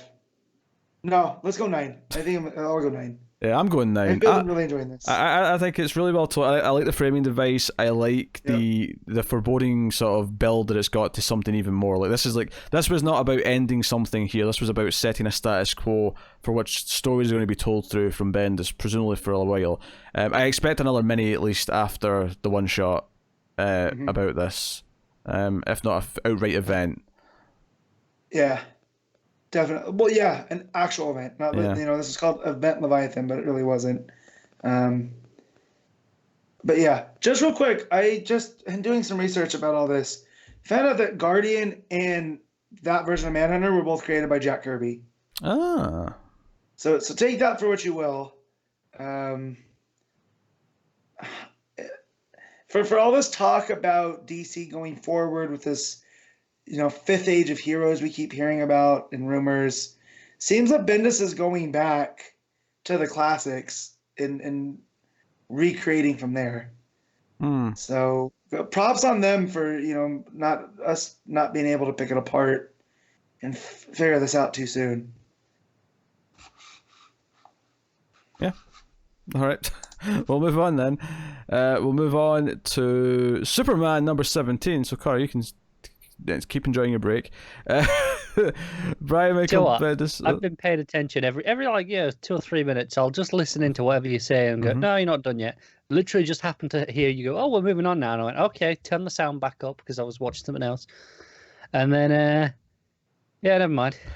Superman 17, Bryan Michael Bendis writing with Kevin Maguire on the art, which is cool because he was on Supergirl and his art's really nice, and it was nice in this issue as well. Kind of a start of a new dawn for this book because we're finally done with the Rogol Zar stuff. Obviously, the last couple were about introducing the Legion, so this is kind of the start of a whole new chapter in the main Superman book. And this is called The Truth, the start of this arc. So we've been hearing that he's going to reveal to the world that he's Superman, that Clark Kent is Superman, and drop the secret identity. And as you know, for what this is, I think this was a great first issue to build to that. Mm-hmm. Well, because you brought up Maguire, and we always talked about his expressions on Supergirl were always so good. And this book in particular is mainly a conversation between Lois and Clark. And I don't think I could have picked a better artist to handle this. Because there are panels where there's no dialogue and you know exactly what's going on with both of them. The start of the conversation is Lois is going on about the box that Lex gave her, so that's just like, okay, so you're the villain crap. I don't really care. But, right. You know, it's, you know, he's checking to see if anything is wrong, and she's like, oh, nothing, and she's kind of freaking out. But, you know, again, like you say, great expression work. He's like, because I love the moment where he says, come fly with me. And she's like, no, I have to. And it's just the close-up panels of the eyes, and he just kind of looks at her like, please. And she looks at him like, oh, okay. And then they're flying, and it's a really nice Lois and Clark moment, right? Yeah. Because she's joking about, you know, not liking Clark, and then he jokes about it. So it's like, who am I kidding? I love this big sugar bowl. He's right. You know, I married the idiot. So again, but this is a really smart thing here. He's not talking about revealing his identity in this scene. But this is the first scene of this new arc, you know, barring the little thing at the start about him breaking up this fight with aliens in space. But it's thematically raising the idea of the dual identity. It's making us, not that it's something we don't talk about a lot of Superman, but it's making a point of starting this by saying, hey, this is a part of his life that these are two separate characters. Even his wife has to kind of like jokingly discern between them. And it raises the question of like, maybe this is something that should change. And obviously it teases that at the end of the scene. And we get a whole scene where Star Labs, this rogue group of Star Labs who are working in the desert. This is the same place that Connor went to that sent him to Gem World. Yes, and they also accidentally put Superman in the Phantom Zone, if you call that. Or I say Superman, the Earth, but in the Phantom Zone. The Earth, yes. Right, which we got that great Adam Strange moment. So they're basically talking about how they want to keep going and they want to sort of like they're not against Superman, but they get all their best like shady work done when he's not around. But then Superman just appears. It's this great thing where it's these 2-page layouts, and the top of the page, this big wide panel, this big cinematic vista shot of like the entrance to this underground base and it's the sky. And then the second 2-page layout is the exact same shot, but you just see a tiny little Superman floating in the distance, and they all start freaking out in the boardroom and they're like pulling cables. And then the boardroom's gone in the next page. Yeah, because the third page is it's the same shot. Superman's a little bit closer, but it's just all the employees are coming out. Like they're all willingly coming out. And one of the things that the leader says is that he didn't even have to do anything. He didn't even have to snap his fingers. As soon as he showed up, everyone just surrendered and said, "Yeah, sorry, Superman, you've got us." Yeah, love it. The leader does escape though through a portal. For the record, so she's still there. We get to read Lois's story, or Clark's story even, about this Star Labs. He gets Carey to come and see him at the fortress, and is basically like, "Hey, come fly with me, come fly with me, come fly." I'm sorry. And they fly off, and she's cracking jokes about him having a fortress, and they go and see Zod on New Krypton, and Zod's got kind of a farmer look going for him here. I don't know, I was getting Farmer Zod, like building his new Krypton with his wife and kids. Kind of, but also a bit of a revolutionary still. Sure, I can see that, yeah. I see that. But it's kind of, amicable, and Zod, I love the moment where Kara's like, "Look, I appreciate what you're trying to do here. You're trying to continue Krypton, but you've spent most of your adult life trying to kill me, so I'm not going to trust you. And I love this. There's a little sort of sequence here of 4 panels as Zod kind of looks at his nails and then has this big grin and then just sort of smiles and nods at her in this kind of knowing way. I really like it. Gets so much personality across without ever saying a word.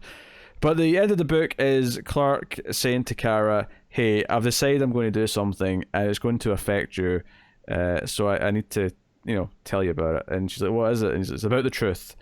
And so it just ends with like him about to tell her that presumably he's going to say, I'm going to tell everyone who I am, that I'm not going to have the identity anymore. And when you think about it, who this impacts, from Lois to John to Kara, the staff of the Daily Planet, like, this is a big deal, and I'm glad that Bendis is treating it like that. And no, it should be. This should not be that. Yeah. I hated how the New 52 did this. Yeah. Hated it. Me too. And no, this is something he chooses to do because things have changed and the world doesn't work that way anymore. And he knows he needs to do it. And him going to Kara, which I did not necessarily expect.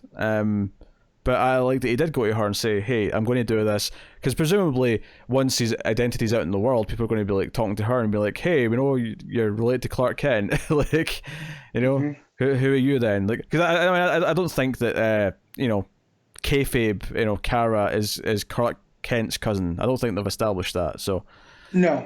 Well, it's Kara Danvers, right? Yeah, true. So, yeah. But no, I like this a lot. Superman puts out his identity there, and then you think there's going to be pressure. But then you also think, well, she's going to be infected coming up soon. So this is, we won't have to worry about this in her book till maybe later. I'll tell you what I like about this is I like the first chunk of the main Superman book. I like the Rogozar stuff, but it was definitely the inferior of the 2 books compared to Action. I think this arc is its first chance to maybe match or surpass Action, because if it's told the big monumental game changing Superman story it should feel like, then it has a chance to really delve into the character and do some really exciting stuff with it. But I really like this issue a lot. Yeah, and it definitely this has been the more personal of the books, whereas Action's been the more plot focused with the stuff that's been going on. So here, this issue taking time for them to have that conversation, because in that there's a page that's just the 2 columns, and where they talk about he's had a lot on his mind with everything that's happened with Leviathan and his dad and then Lois's dad, and just like he hasn't had time to sit down and think about what all this actually means. John going off to the future and all this other stuff, and I just like that you get to see that human side that we haven't really got to see in a while. Yeah. I concur with that. I like this a lot. I think, I enjoyed the Legion setup issues well enough, but they were kind of a means to an end. They weren't necessarily invigorating on their own. I think this felt like one of my favorite issues of this book in a while. So I am pleased to be on a new path. So like I say, Maguire's art is beautiful. It's perfect. I imagine he's probably, maybe he's doing the whole arc, I don't know, maybe that's why he's off Supergirl, because he's nabbed him for Superman. He's like, you know what, that Maguire's guy's quite good, I'm going to take him. You're just going to have to do something else, Jody Houser. Get someone else, because he's mine. But maybe that'll work because she's going to be infected soon, so we'll have a different art style that'll fit it. What are you giving the book, Matt? I'm going to give this one an 8.5. Yeah, I'll agree with 8.5. Very good. Very, very good. Good jumping on point as well, I'd say. Yep. Start of a new arc. So we'll move on then to, and I just want everyone to know that we took a break there to talk about how insane the Christmas schedule was, and sorted all that out over 20 minutes. For the most part. Yeah. For the most part. Let's just say the week Doomsday Clock 12 hits, which is a big day in and of itself because of Doomsday Clock. There's 16 other books that we all read. Anyway, next up. And there's a lot of big ones in there as well. Yeah, Harley in issue 3, for example, which is 80 goddamn pages. So anyway, The Flash, issue 82. Joshua Williamson writing with Rafa Sandoval on art. This is the start of the Rogue's Reign arc.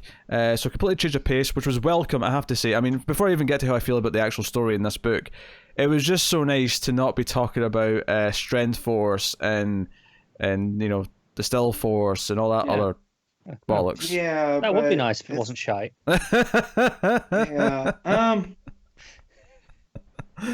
Man, I'm sad. Like, if I was a human representation of a meme, I would be the Kevin Sorbo disappointed. Disappointed. Yeah. That one. Yeah. Yeah. So like, and one of our viewers hit me on Twitter to find out what I thought before, and I hadn't read it, and then I finally got to read it around yesterday afternoon. Oh man, this sucks. Also, I'm just confused about the timeline.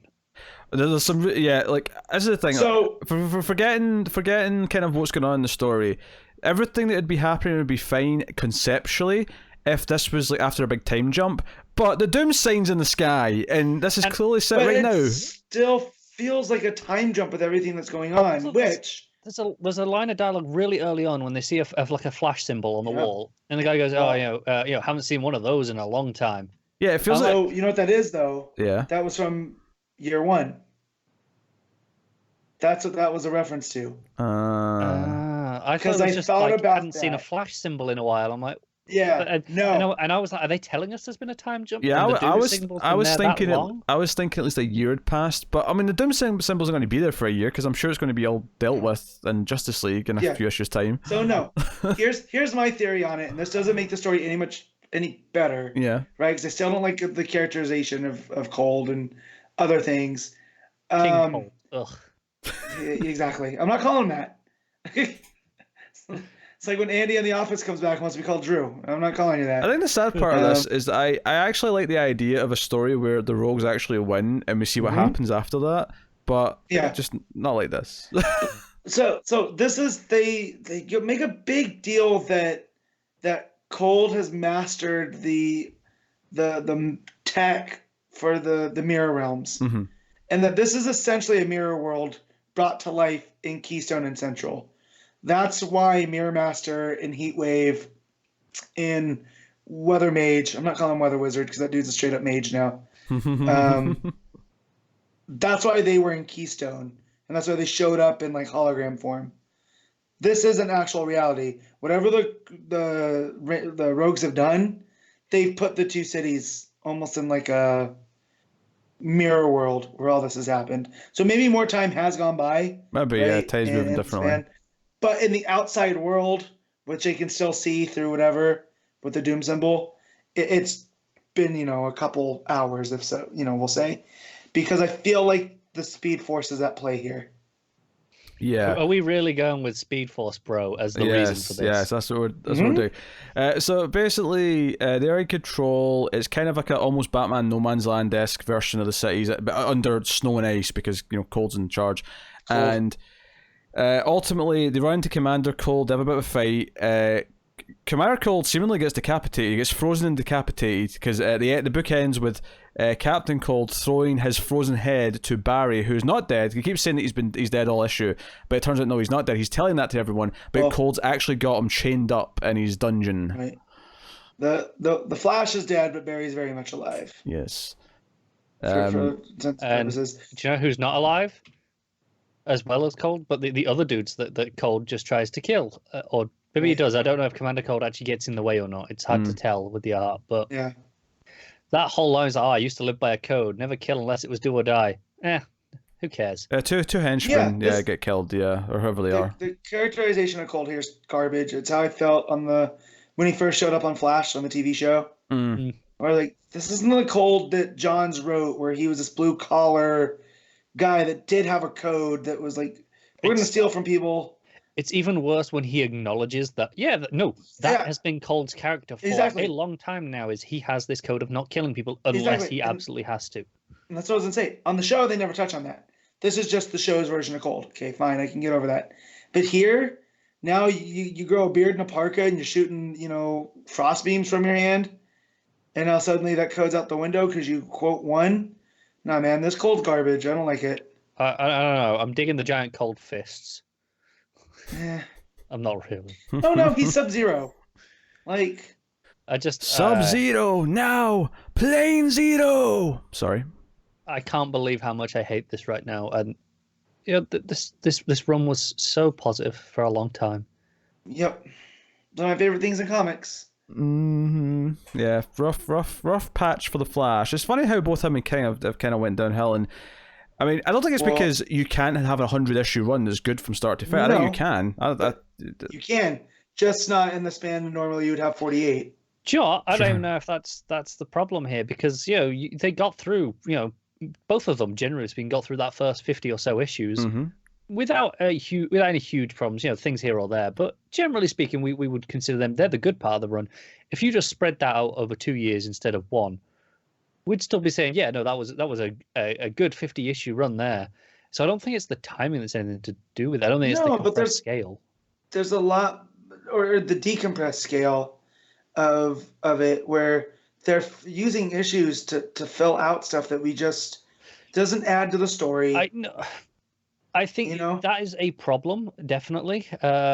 But I don't think it's the only problem, because I think even if we were just rereading this now, I think the concepts and the story as a whole are just weaker, significantly. All of the other forces stuff, even if you just don't decompress all of that, I still think it's a weaker story.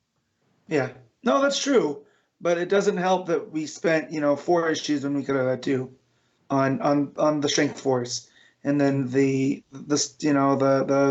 Sage Force and all of that. It's just, but stupid me's gonna keep reading because I hate myself, because I need to know where this goes. Well, I mean, at this point as well, we're so far into the run towards the end of it that it feels weird to quit now. Maybe if there'd been a Flash on that Hell week, I might have reconsidered. The Hell week being week 3 in December. Matt, your mic's going. So, yes, for the record, 17 books in 1 week. And one of them's Harleen, which is 80 pages, and one's Doomsday Clock, and another one's another long Black Label book. There's the new Wonder Woman one. Yeah, 17 books, which is why. And also the final issue of King's Batman run, officially, kind of. Yes, they're 85, yes, but not that many, yes. And then the final Scott Snyder Batman book is that's oversized, yes. Yeah. So basically, what's happening when we get to that part of Christmas, that part of the month, is you're getting 2 episodes for that week's books because we can't do them all in 1 episode. Yep. So that's what's happening, and not to be confused with your annual episode, which you'll get soon after doing the end of year stuff. So, yep. Embarrassment of riches. Well, for you guys. For us, it's just bloody DC. So do we just want to rate this and be done with it? Kind of. I don't know. We don't want to talk about this that much, do we? It's just really mediocre. Like, some of the ideas in this aren't necessarily terrible, but it feels kind of shoehorned in and forced. And Commander Colt's not dead. Like, Williams, I have more belief in Williamson that he doesn't set up like who this guy is from the future just to kill him off in this story. Yeah, I'm okay with the concept of them taking over the city and even the Melo World stuff. It's just the characterization and the forcing of it all together because it's time to do it now doesn't work for me. Yeah, I mean, either. And just the way like his the people he has working for him, it just feels forced. Like, this isn't cold to me. Like this is City of Cold. This is I think that's the thing. It's not the timing so much, because sure, you could complain, maybe it feels worse because we're doing City of Bane at the same time and it's the Doom symbol and all that. Right. That doesn't even bother me that much. If Cold was behaving as Cold does, right, then this could be quite compelling, and I'd be fine with still having him in charge of the city. No, when I'm talking about timing, I'm not talking about that. I'm talking about actually building to it so it feels that we've naturally, led to this.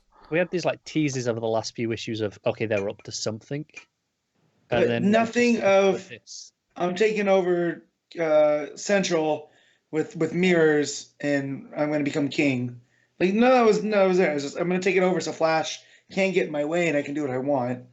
Like I feel like the type of state that Captain Cold would create would be a libertarian. Hey, there's no police. You take care of yourself. Don't let me catch you taking advantage of the weak. That type of society. He wouldn't make himself king, like not my Captain Cold. Is that what we go with? Not my Captain Cold. Not my Captain Cold. Oh man. Yeah. I will say, because there's very little Flash in this, Sandoval's art actually worked for the most part in it. Mm-hmm. That's true. I thought Wallace's face looked really That's weird. fair. Because I don't know if that was just me. Because I actually think the last page with Barry and the change in the shadows and his suit's all ripped actually looks quite good. I thought that was There's something about the way that with the rip mask and the hair, the way it kind of comes through that I don't like. It feels really flat. Like in reality, when with the mask over there, that will be pressing down and the hair will be kind of popping up around it. It doesn't feel like there's any extra pop. It feels like it's all just on a very flat level. So it kind of feels off because of that. If that's weird. I don't know. I'm not going to defend it that much. But no, I agree. As his work on Flash issues go, this is in the better half for sure. Yeah. All right, Matt, what are you rating it? I'm going to give this a 5. I did not enjoy. Connor? Yeah, I'm giving it a 4. Whoa. I will give it a...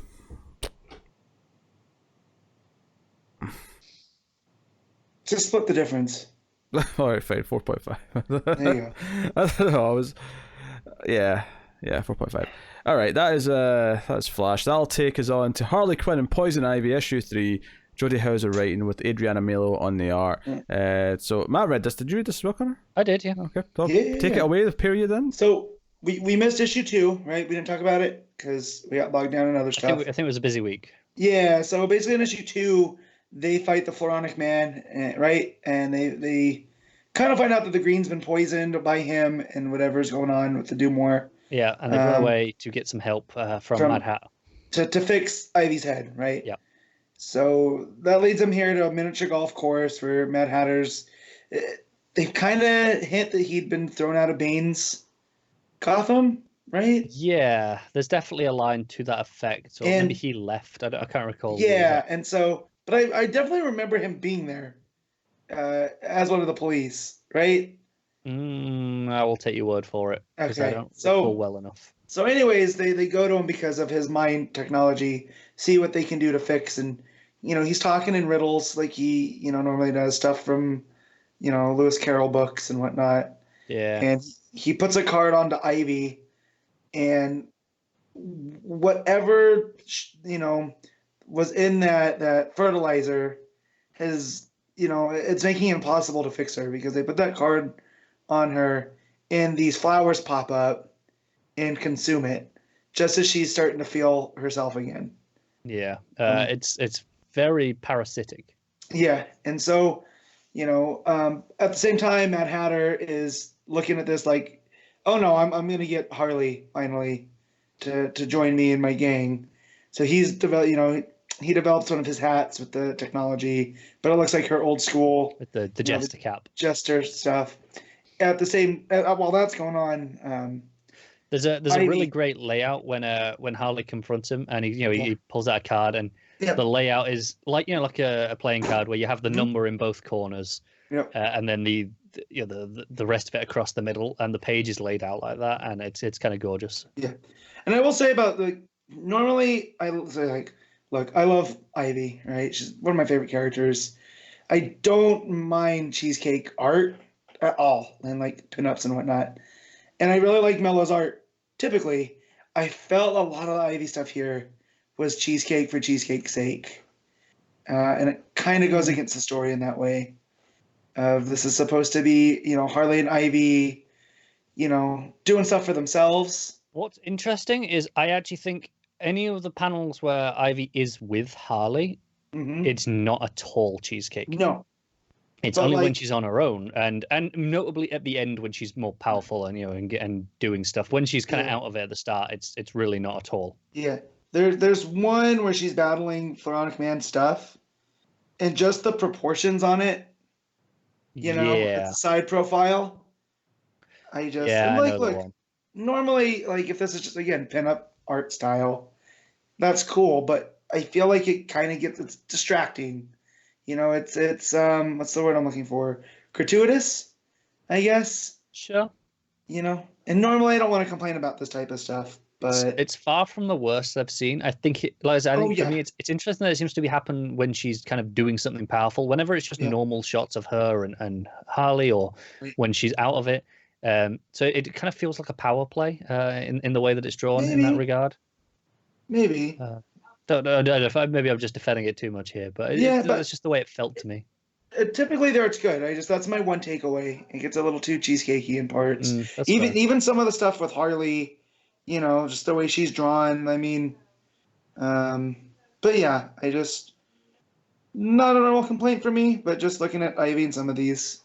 Maybe I'm just protective of Ivy. I don't know. Maybe. But yeah, like I say, Florent Man actually manages to send things after them from quite the distance. That kind of worries Ivy. Well, she snaps out of it a little bit to fight them.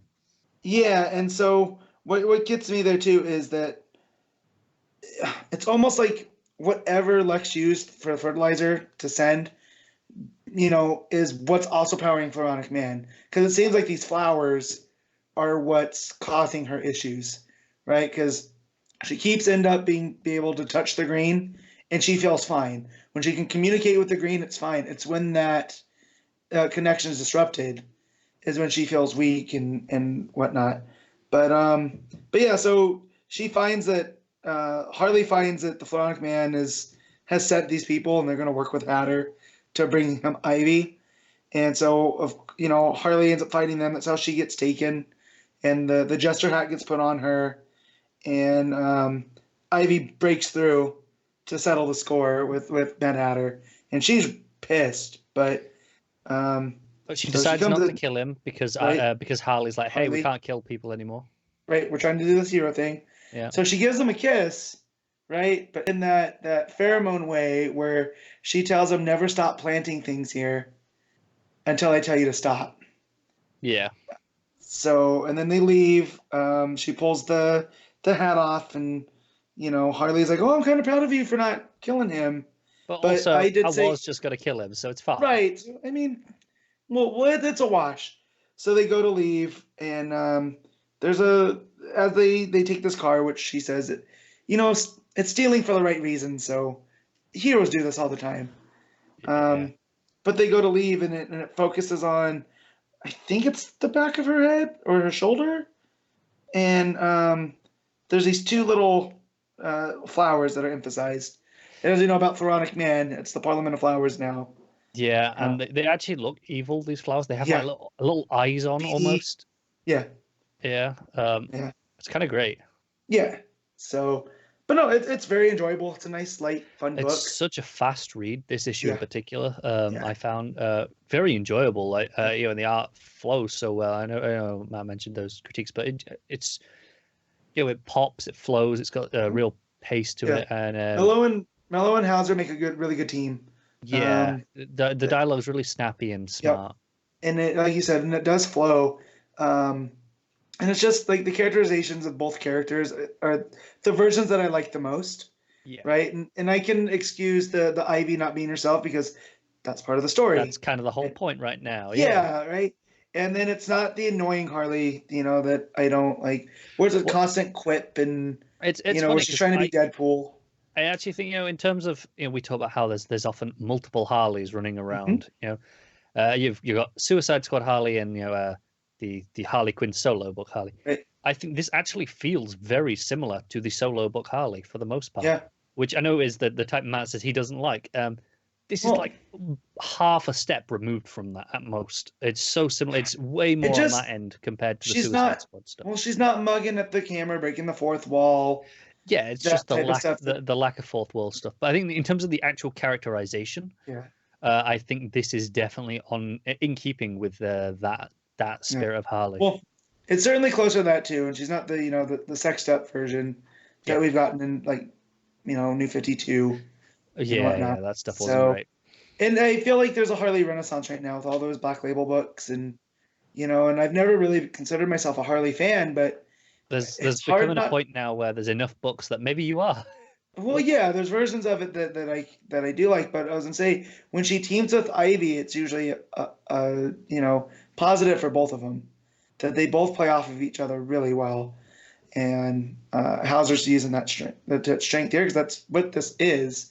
It's a buddy road type story where they're gonna get Ivy fixed when Harley will do whatever it takes. So, but yeah, I'm glad I got caught up with this one. Yeah, me too. It's an enjoyable read. So what'd you rate it, Connor? I'm giving this a straight 8 out of 10. Okay. Really enjoyed Yeah. it. I'll give it a 7.5 just for the art reasons that I got distracted by. So, but still good nonetheless. I had to unmute myself before I spoke. I was about to come back here. I was like, oh, I'm not unmuting myself. That'll take us on to Batman and the Outsiders, issue 7. Bryan Hill writing with Cian Tormey? Let's see. Cian? I don't know how to pronounce his name. I'm sorry. So, I'm really interesting. intrigued as to how this is spelled now. Cian. Could be Sean. If it's an Irish name. Silly Irish name. That's a name. Silly Irish name. It's definitely an Irish name. Yeah. So this is the first issue of this book that's not had Dexter Soy on art, if I recall correctly. Barring the annual. As much as I've been enjoying Soy, this is not a bad replacement. It lacks what Soy brings to it, but still. Yeah, it's definitely not as good as Soy. I mean, I think that's the first thing we have to say is that it isn't. Why did I just click on Flash again? So the name is pronounced Cian. So Cian. Oh. Yes. I said Cian. That was close. That was the closest to my first guess. Not Sean though, Connor. So No, Sean. It's a woman's name. That's often can often be spelled like that. Gotcha. He could be making this up. We have no idea because it's just ridiculous. I'm gonna believe him though. He said it with authority. It's just nonsense. So last issue, Duke got nabbed by Caliber. Of course he did because he's useless. Hey, to be fair, Matt, I seem to recall you saying after the last issue that Duke did not upset you in that issue, and you're. Yeah, he doesn't make him not useless though. Let me have my parody, all right? Okay. So he's got him chained up in a truck, and he's like, you're going to be one of us, and you're going to stop looking at the light and start seeing the dark, and you're no longer his signal, blah, blah, blah. And meanwhile, they've got Sophia on the plane that do Katana and Black Lightning, and Katana's trying to talk to her. Plus, oh no, this is Caliber, right? I called the other guy Caliber. Who's the bad guy that's got Duke? I forgot his name. Oh, shoot. I just tried to look through my iPad like I was flipping pages. Don't mind me. It's Caliber and who is Ishmael. Ishmael, there you go. Ishmael, that's the one. Yeah, because you have Ishmael and Babylon. So they're definitely going to those names. Yes. So basically, Caliber accuses Black Lightning of having a thing with Katana, and he's like, nah, don't be silly, she's married still. And he's like, yeah, to her sword. That doesn't count. And Orphan is after Duke. Batman's talking to her over the comms. He's like, I'm on my way, don't go in yet. And she's like, nope, I'm doing it. Because I'm Cassandra Cain, damn it.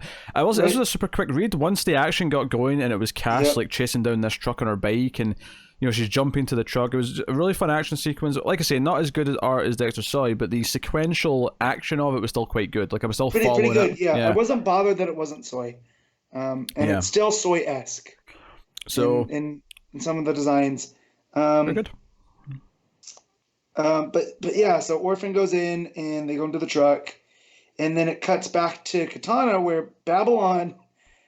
I still don't understand how this works. Because I forget what her power set is. She had strength because she survived a car accident, remember? Yeah, but so there's, she says pain brings me strength. Strength until there's no pain. And she starts slamming her head against the side of this plane. Yes. Until it breaks the cuffs. And she goes to steal Katana's sword as Caliber's, talking to Lightning, where you bring up that she's married to the sword. Yeah, to where we get a betrayal of Caliber. Yep. Who would have guessed that the guy that just like Cable would betray them all? Yeah, I love the scene with Orphan though, because it's cutting back and forth between them as we go. And Orphan, she's putting an explosive on the side of the truck, and then Ishmael jumps up on top with his sickle. It's just this great action scene. I can see this scene playing out in a movie, and just the fun of it. And it's intercut with the stuff on the plane too. So we see, Babylon, getting ready to stab Katana, and then it, the gun gets pulled on lightning, and then it goes back to the fight scene. Yeah. So I will, Bryan Hill's very good at this type of stuff because we've said that before, where they've read very fast. He writes for action well, but yeah, Ishmael and Orphan are really bringing it, and he brings up her mom, snapping arms and whatever. I like the ending of it actually because she kicks him off the truck and he says, "I cannot die," and she kicks him off the truck and says, "Good, because I cannot kill." And I was like, yeah, such a good moment. Yeah. There was another thing in there that I wanted to bring up. Let me find it on the fight scene. Oh, no, it was I'm free now, right? Because he goes, just the only way you can stop me is by setting yourself free. And so it's setting up this line here that, she's making this choice. Yes, she could be like Shiva and her predecessor, or her predecessors, her parents. She's making that decision still. And she says that she's free now, and then that leads to the I cannot die, what Pete said, because I cannot kill.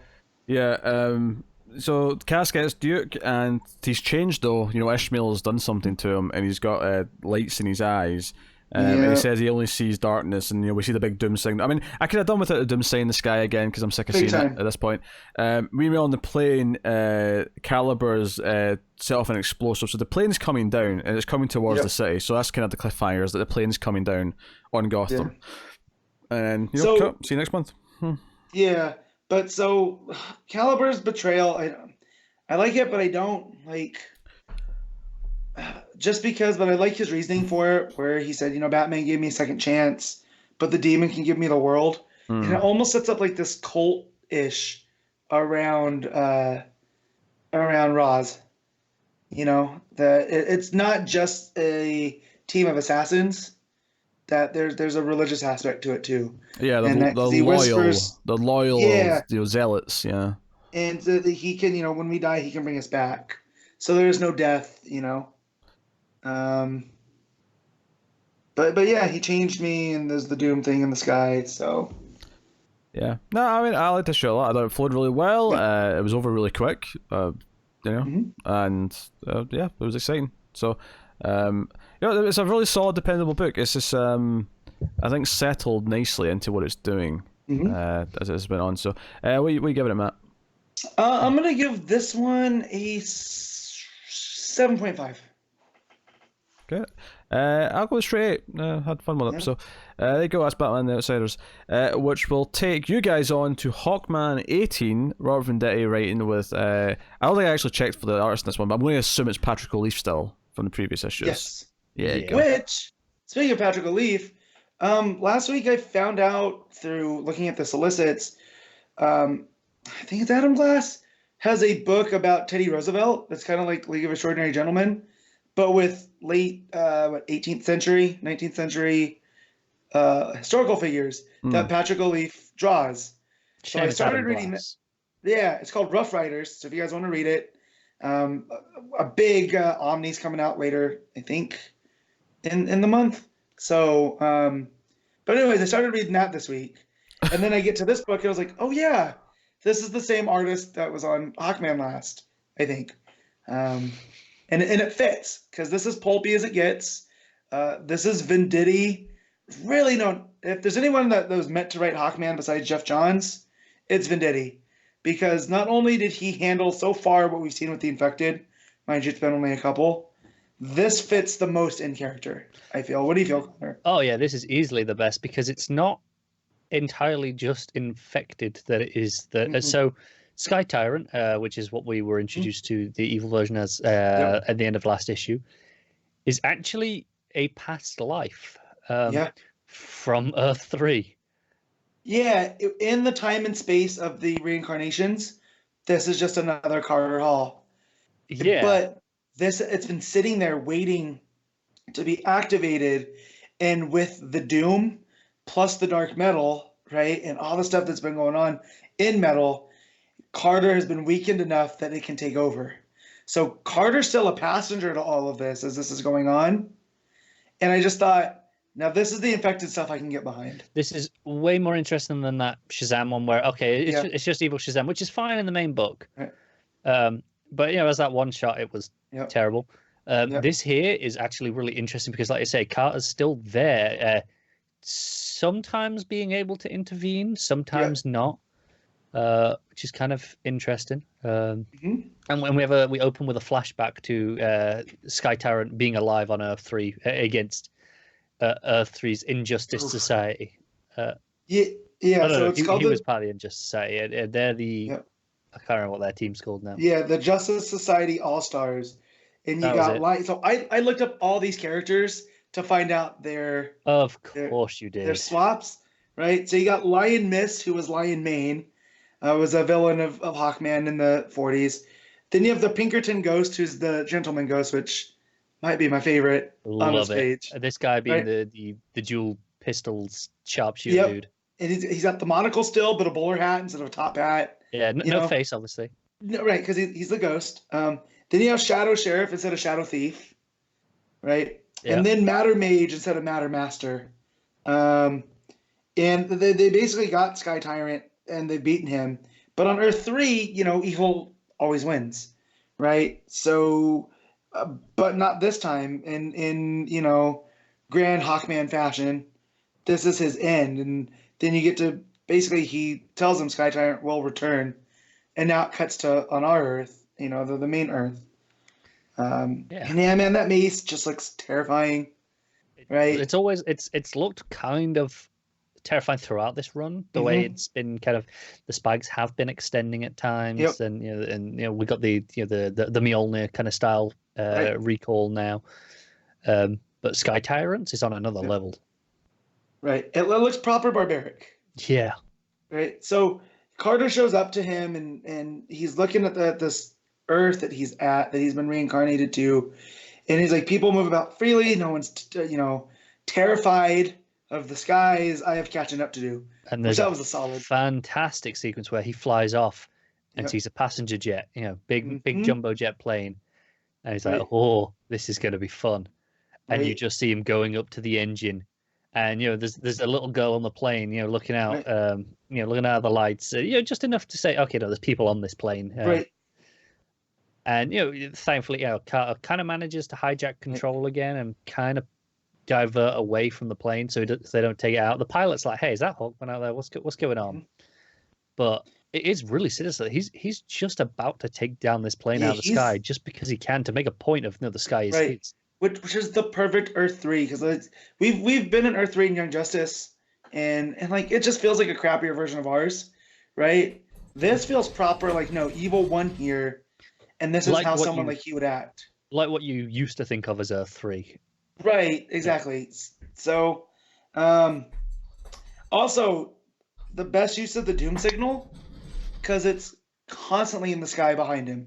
It's in the background throughout the entire book.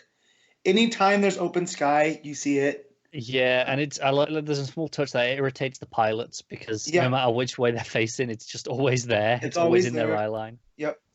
And another plot point here was that at one point, Sky Tyrant tells him, "Oh, you're all in my head. You're not really here," because he takes that swing at him, and he's like a ghost. But then Carter takes control, and then basically tells him, "Don't worry, this is all in your head." And then he crashes into a bus. He goes right through the top streets, right? And again, through that hole, you see the Doom signal. So. It's ever present. Good take on that. And then basically he crashed him into a group of people, which is where you don't want. And then he's gonna go start attacking people. Carter's kind of on the ropes, and then here comes a mace out of nowhere. Just smacks him. Right? And I was like, well, we can't beat Kendra because Kendra's lost in space. Well, it's not. It's Shira, and Hawkwoman in her full Thanagarian garb is there to, wreck Sky Tyrant. Yeah, this book's so good. I kind of love this ending. I mean, this was a great issue throughout, actually. In this whole duality of Sky Tyrant and Carter, and whether it is just, okay, is this just the infection, or is this, actually, this reincarnation, space timey-wimey stuff going on? And it's a different form. It's not like a route. Like, I feel like when we get to Batman, Superman next week with the, we got a hint about the Blue Beetle one. that it's just going to be the same version of Billy. You know, he got kidnapped, you know, Batman who last infected him. Here, when has Hawkman really been around him? Yeah, right? this is long game stuff, this one. Right. This is intrinsically tied to him being the dragon, right? At least I feel. Yeah, it could be, yeah. And his constant, you know, proximity to nth metal. It makes it really, out of all the characters, it makes him the perfect, you know, it does, person to be infected. To it. And it's really interesting. It's definitely the best we've seen this played for the infected stuff. And, you know, like I say, the way the Doom symbol is treated is really, really ominous. Like even this final page when Hawkwoman shows up, you can just kind of see it above her in the background. I mean, you know, her wing is blocking most of it, but it's there. Right. It looks great. Yep. So super enjoying this one. The art, Olliffe, really, really pulpy too, which I feel is important when it comes to Hawkman. Yeah. That the action sequences are there. Just and then the pacings, well, you know, works out there. So this was a really quick read, actually, in a good way. It flew in, and I was like, oh man, I want more.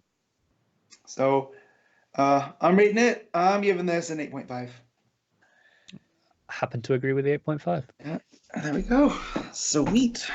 Yeah. That will take us on then to Tales from the Dark Multiverse, Blackest Night, Issue 1, written by Tim Seeley and art by Hotz. Or Hotz, maybe, I don't know. Right. Need to ask him how he pronounces his name.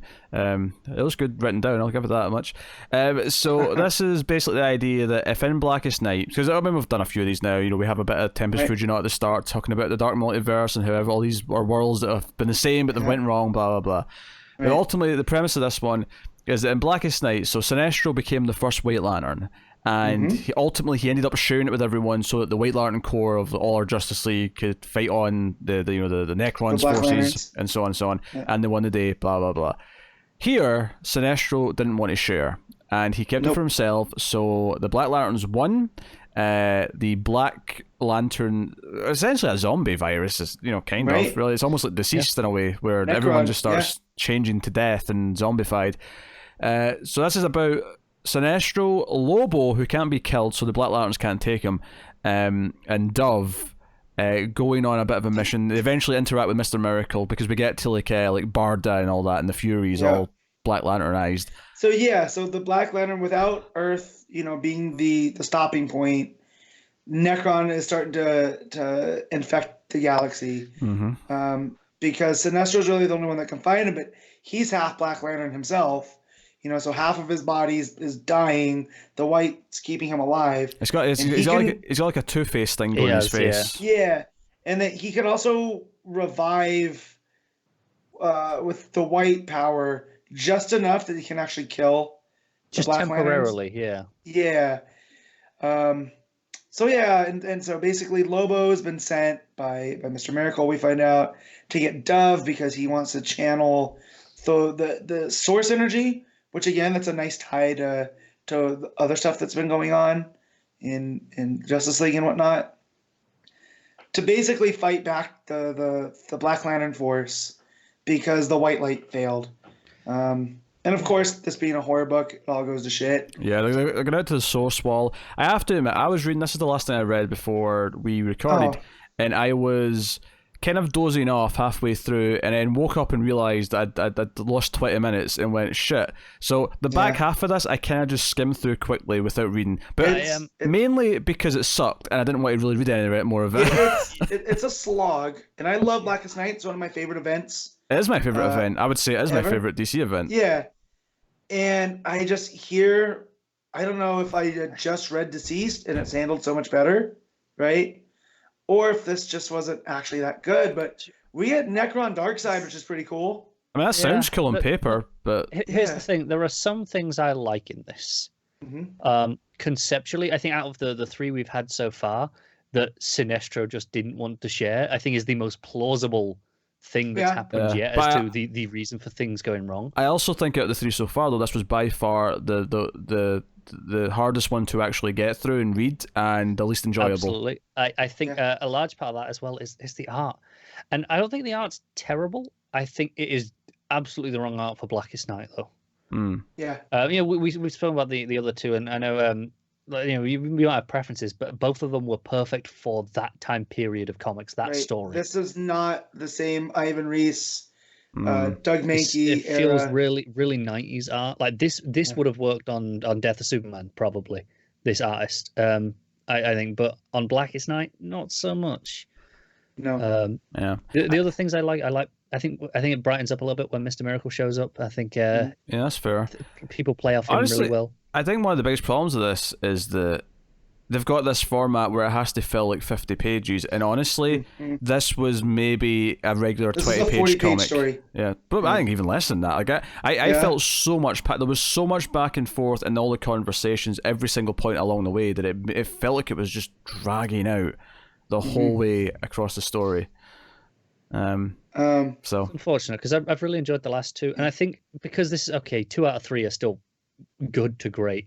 I'm not super concerned going forward. I'm hoping it's one rough one out of the 5-ish I think that there are.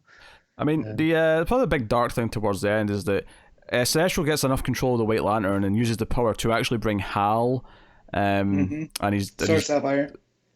No, it was Sonic. Yeah, it was and he brings them back only for them to be immediately like killed, like decapitated by Lobo with his chain. Yes. Yeah. Also, we get Lobo being pulverized by Necron side, only to have a bunch of clones grow from his blood, because that's how Zarnians work. I liked when I think it was pretty early on. I think it was Lobo. His eye getting popped out. Yeah. That looked pretty good. Early on in the book, I wasn't like going, "Oh, this is terrible." Immediately, I was like, "Maybe it'll pick up," and I was like, "Okay, that's some of the signature violence, I suppose, that's been on this." Yeah. So basically, towards the end now, that basically they kind of defeat Necron, but at the cost of starting everything over with the source energy, and it basically creates a society that worships Lobo, and in that society it grows faster than normal, right? And they end up becoming a plague. So it wasn't just the Black Lanterns, it ended up becoming the Zarnian plague that ravaged the galaxy, with Sinestro being the only one left as it goes to darkness. And I was like, nah, this is a little bit too dark for me. Like, I get that it's horror, but see, I'm kind of okay with the ending. I like this concept of it goes wrong, and it's like all these other species, like wolves and apes and stuff, are kind of evolved like over the course of months instead of millennia. Years. Yeah. And it doing this, that's kind of a nice concept. It's just at that point I was so out of there, I didn't care anymore. Yeah. Well, that's how I got too. Like, it's a good concept, and I like Tim Seeley a lot. The majority of stuff I've read of him. It's good. So I came into this going, oh, he's handling one of my favorite events. This should be good. Only to be super disappointed in that how much it dragged in the middle. Like, I kept checking the page count. Yeah. I was like, I'm still not done. I these things are actually kind of like viciously long, in the sense that I checked the page count and I realized I was starting to really not like it, and I was like maybe a quarter through. I was like, too much. That does hurt a lot. So yeah. So what are we rating it? This is like a 3 for me, I think. Yeah, I'm gonna give it a 4. 3.5 for some nice ideas. There you go. 3.5. All right, we'll move on then. I think this is just me for this one. This is Batman's Grave, issue 2. Yep. This is Warren Ellis writing, Bryan Hitch on the art, and this is easily the quickest read I had all week. Because if you remember my description of the first issue, it ended with Batman finding the killer hiding in the floor under the crime scene. The first 2/3 of this issue is just a fight scene as this guy tries to sort of escape from Batman. I bet it looked good though. It did look good, yeah. It looked very good. It flowed very well, so it's not a complaint. I actually really enjoyed this fight scene, and I'm just getting to the book now because I accidentally went to the camera instead of Comixology. Just don't ask. Tablets can be weird. I love how this guy looks like. He's got this big crazy hair.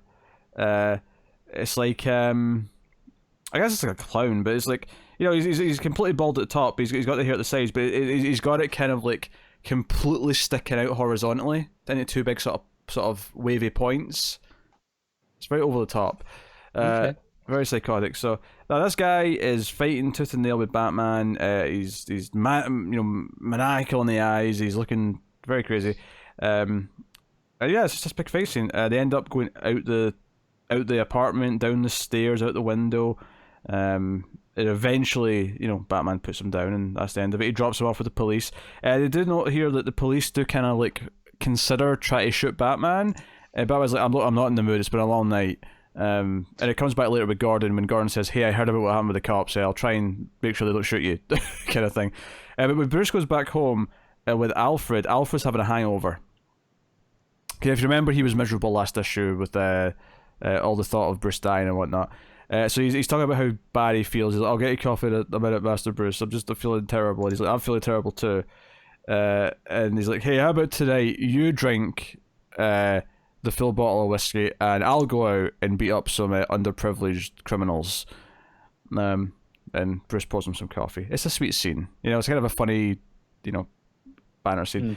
There's a scene with Gordon on the roof.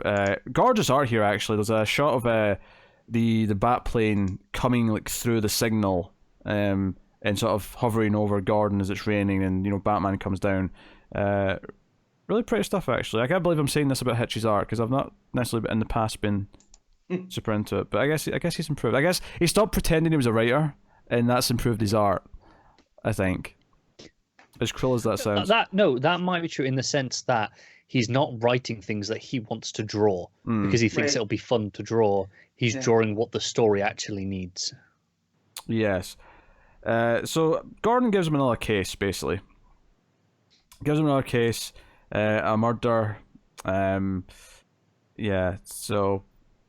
and Batman flies off, and it ends with him in the cave, basically just saying, "Hey, it's time to look at this," and it answers or brings up this moral question where, it's like, "Hey, this guy that died, like if you'd caught him and sent him to, Arkham or whatever, he'd probably get shanked and die anyway." And Bruce kind of says, "That's not the point. He doesn't deserve to be murdered." So it's kind of like questioning the morality of what Bruce does. Case isn't super interesting yet, but I mean, it's kind of a weirdly paced story overall in terms of the whole book, in the sense that the case we spent all the first issue on, we spend half of this issue finishing, and then it kind of introduces another one by the end. So we're definitely doing like a multiple cases thing here. If they end up all sort of somehow kind of tying in, I don't know, at least thematically, probably, but you won't know until you see at least another one or two of them. Yeah, but I enjoyed reading the issue. It flowed very well, and I like the Batman and Alfred dialogue a lot. So, yeah, it's a Batman book if anyone wants to. And it's him dealing with like serial killers and crimes that aren't just like, hey, the Joker's out of Arkham again, like Yeah. So potentially interesting. So I'd give it a solid 8. Solid 8 out of 10. Batman's Grave. So that takes us to the final book of the week, and this is the first issue of the Dollhouse family, the newest Hill House and Black Label book. This is Mike Carey writing with Peter Gross on the art. And, I knew there was a Dollhouse, obviously, just because of the title, but I don't think I was expecting this to start with what looks like a celestial being landing on Earth. Very, very, very much Lovecraftian. Yes. In that, it's funny because this writer and artist did Lucifer together. And it shows like immediately. I'm on this first page. I'm like, yep, this is them doing what they did on Lucifer. So they're talking about this creature falls to Earth as Earth's almost forming, like primordial, right? This is millions. This is millions and millions. Actually, I will say I called him a celestial because later on you get a sense of how big he actually is when someone's standing next to him. In the opening, I just thought it was a regular sized creature of some kind. Right. Well, and there's no concept of scale at that point. No, and so it's talking about, coming here and everything was new, and then basically getting covered up as the planet grew around them, right? And then it cuts to this family in England in 1979. Yeah, it takes place over a couple of years because when we come back to them, it's 1981, then 1982. So it's a few years apart of these scenes that we get of this family. And it's kind of your typical thing, or not typical. This part's not typical, where this dollhouse arrives in the mail from some great uncle or aunt that the mum didn't even know she had. But hey, so the kid's got this dollhouse now. Addressed to the daughter, not to the mom. Yeah. So the main thing here, it's a bit tropey in a sense, but it's played out fairly well in that the dad's this drunk, aggressive asshole who's constantly annoyed that the wife is second guessing him or saying things in front of the daughter, and I think when we come back to them later, it's clear that he is hitting the wife as well. There's bruises. He's abusive. Yeah. And that all he wants to do is destroy the dollhouse. And this first scene, he wants to sell it because he wants to get it valued. That's true, yeah. But the mother's like, no, it was addressed to the daughter. She wants to keep it. Let's keep it. She can have a dollhouse if she wants. Yeah, because he thinks it's an antique, so he's thinking he can get a nice bit of money for it. So basically, as it's going on, forgetting the celestial stuff, which we'll get to, which we come back to throughout the book, and the other stuff. Basically, so the dollhouse, all the characters in the dollhouse that she finds, all these little dolls, they all start speaking to her and coming to life, and it's like they're a real living, breathing little family inside the dollhouse. And eventually they shrink her down and have her in and send her back out, and she's back up again. Saying a magic word or phrase. Yeah, ultimately, what I was getting from here is sort of classic horror movie stuff, where it's like, okay, the trauma of her home life and her dad, she's let's say for a second that none of this is real. She's just doing this in her head to sort of escape her reality because her reality is so miserable. Now, don't get me wrong, I think it's real because we're doing all this flashback stuff's building to something that connects to this somehow, some way. Yeah. But like, it's very much this is something that's offering her an escape because of what her parents are going through, because she's worried about her mom. Right. And of course the ending does this nice nasty twist on it where the dollhouse family say, hey, there's this room in here, this black door, this black room, you can go in there. And basically she's offered this deal, if you become one of us and stay in the dollhouse, because we find out that everyone else who's here is not actually really related. They've all came here one by one. And you assume through this same system. Yeah, probably, yeah. And they offer, hey, like, we'll take care of your dad and make sure he can't hurt your mom if you agree to be here. And she says no, because that would leave her alone and that would make her sad. Right. But when she comes back out of the house, she grabs a hammer and bashes her dad in the back of the head, presumably killing him at the end of the book. Right. So, which, I'm not going to lie, that ending made me laugh in a really dark way. Yeah. Because she's like, well, no, if the black room, because they tell her it only appears once, and then once you've made your decision, it won't show back up for you. Right, but it tells her no. He is going to kill your mom if we don't stop him. Right, and so she goes, all right, and she comes back out, right, of the dollhouse, and she does it herself, and like Pete said, it's comedically dark. Yeah, it can play one of two ways, I think, here, just in one sense, and it's like either it's one to inspire the sinner, so this is kind of the intention of it, to turn her dark and turn her into her sort of her darker desires, her violent tendencies, whatever. Or, I actually like this, I mean, I like that fine, but I like this a little bit more, that it always tries to make this bargain, and it usually works, but this girl just thinks differently. No, I'll just go kill him myself. I could do it myself.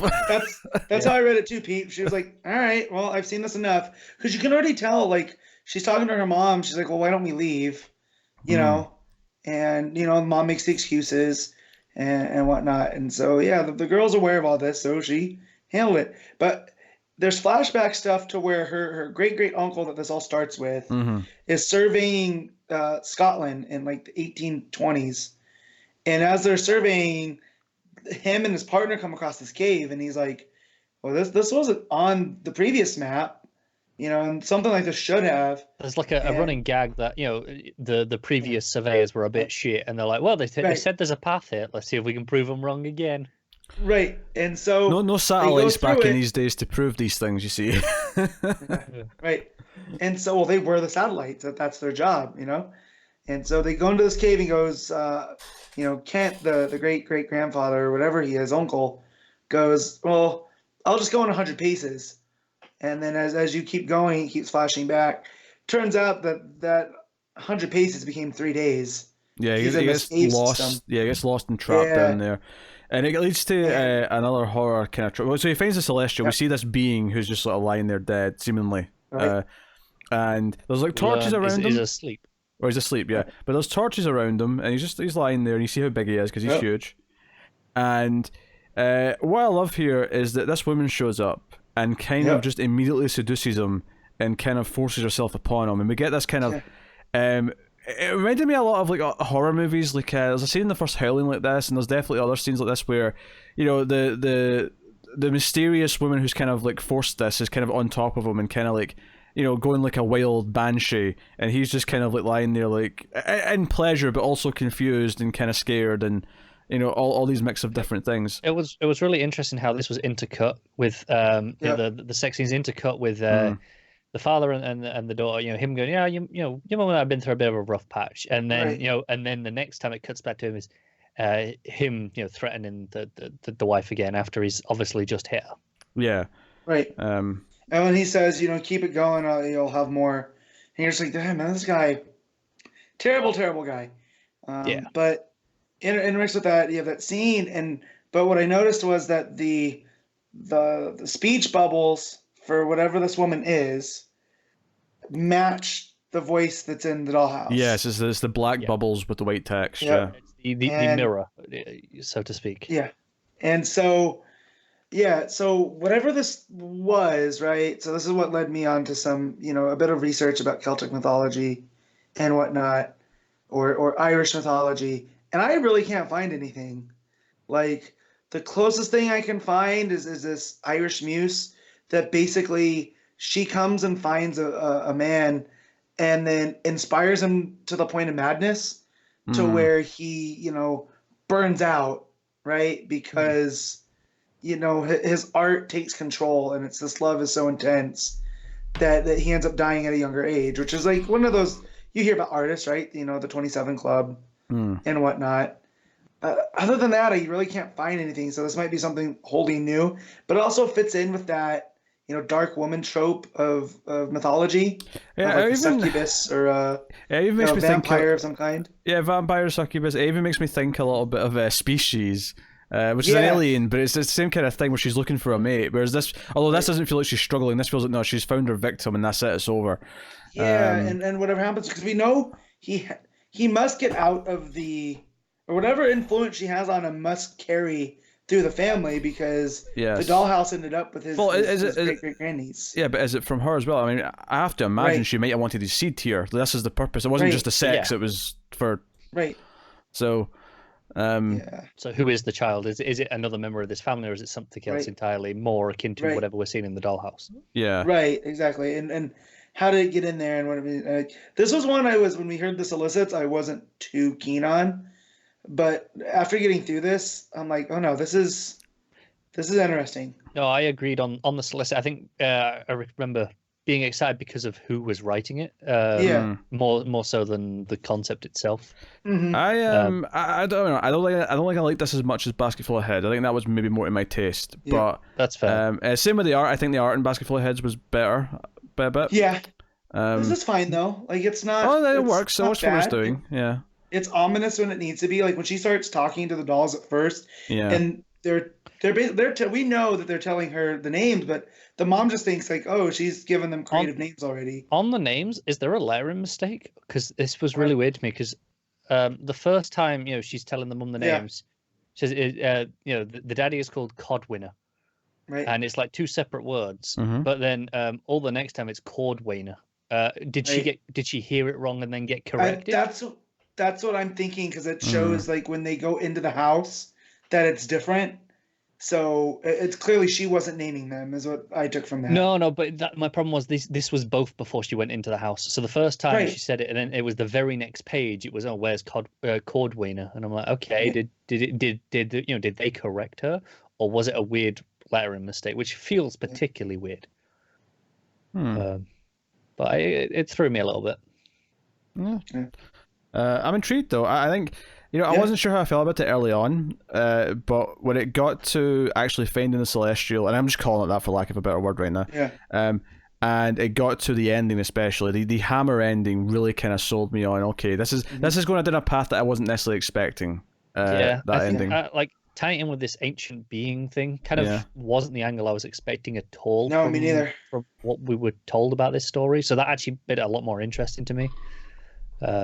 So I'm quite into it. I agree, not quite as strong as Basket Full of Heads first issue, but solid, really solid. So I'm coming back for the rest of this. Yeah, me too. 2 for 2 on these Hill House books then. I will admit I did not read the backup 2 pages because it was 2 pages and it was overstuffed 2 pages. And I went, you know what, I'm good.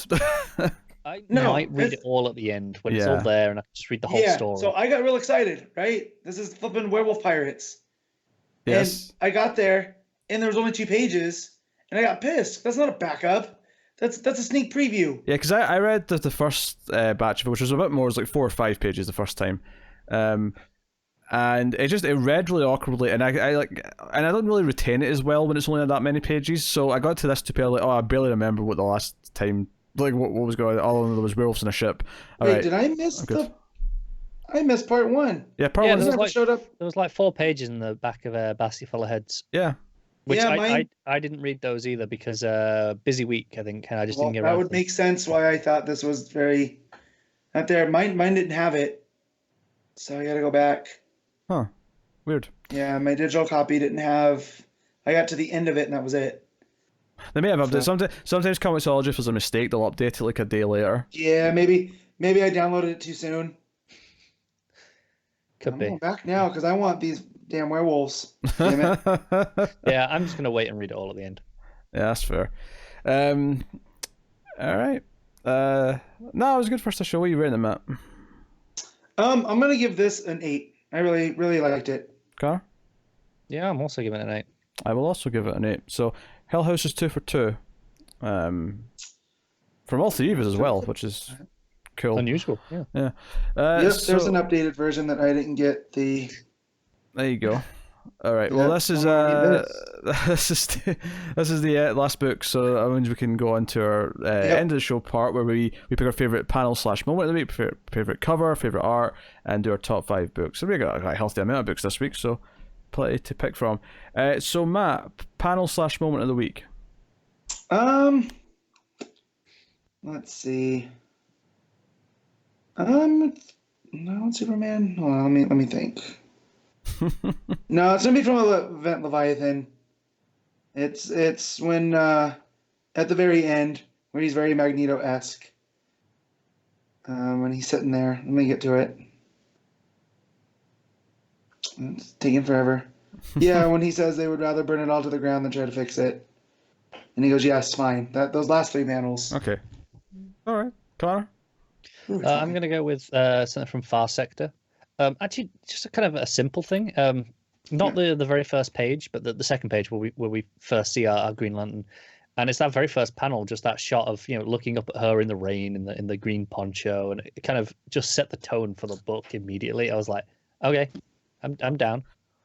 All right. I was tempted to go with something from Superman. I was thinking maybe Zod's little exchange with Supergirl, but I think I'm going to go with the end in the Dollhouse family. I'm going with the hammer. I'm going with it. I figured you would. I'll play to my stereotypes here. So best cover of the week, Matt.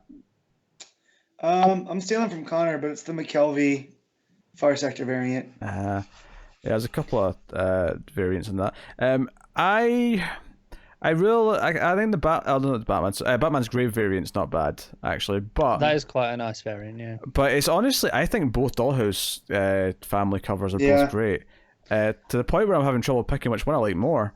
Let me have a look at them both. Because the main one's the one with the lady and the guy in the cave is proper sinister. Yeah, it's proper gothic horror kind of Lovecrafting. Yeah, both are good covers. Yeah, both good. I think I'll just edge out with the variant. But I mean, it's close. It's very close. So there you go. What's yours, Connor?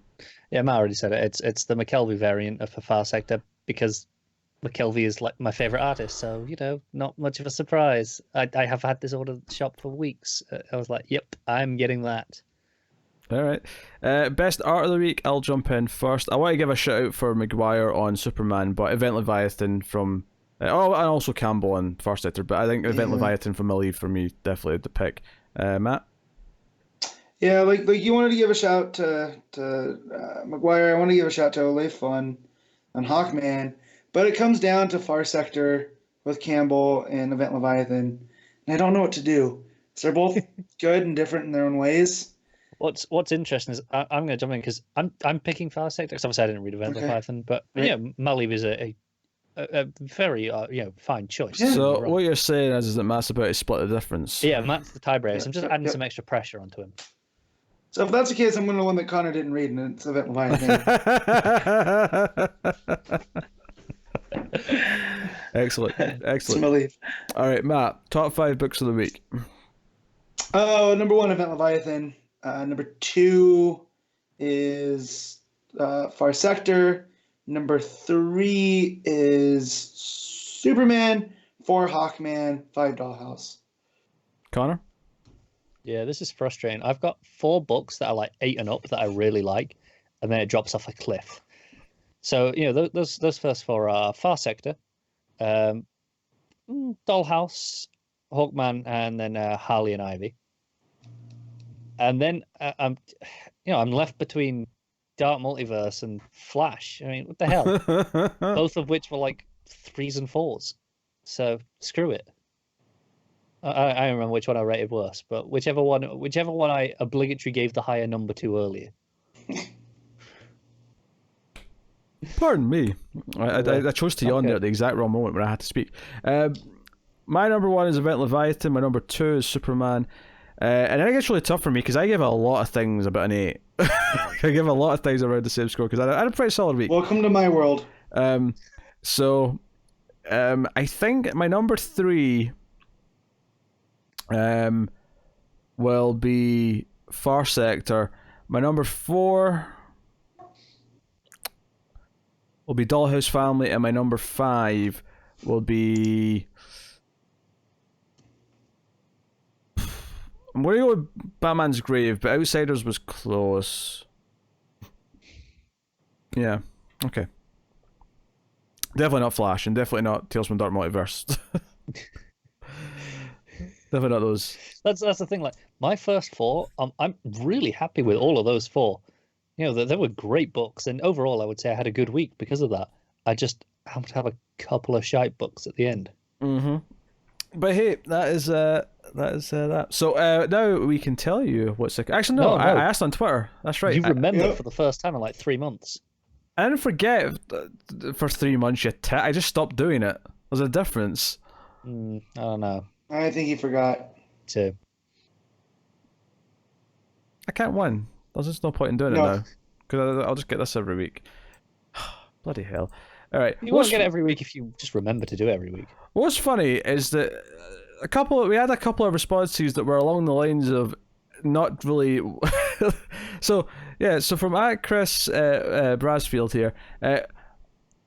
Only 5 in so far, but none of them so far, lol. Flash made me want to throw my tablet across the room. I say this as That's normally... our listener. I say it's normally a Matt-style grader of DC books. And then, with another one, at DCU FamFam, who said, does it have to be current week? I'm always behind, lol.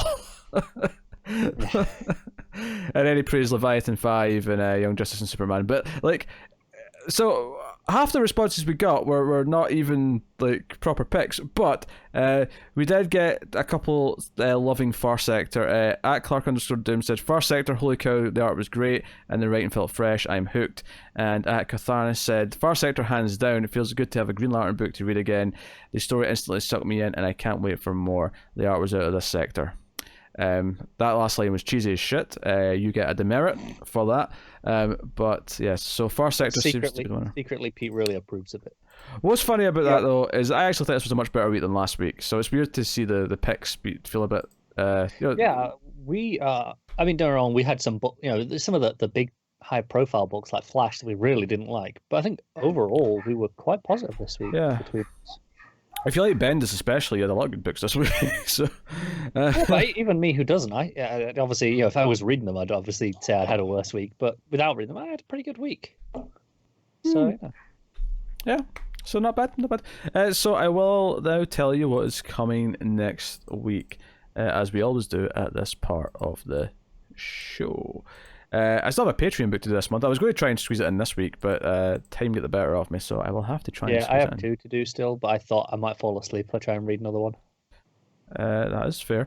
So coming next week, we have Aquaman 54, Batman 83, That Batman Giant number 2 is out. Batman Superman number 4.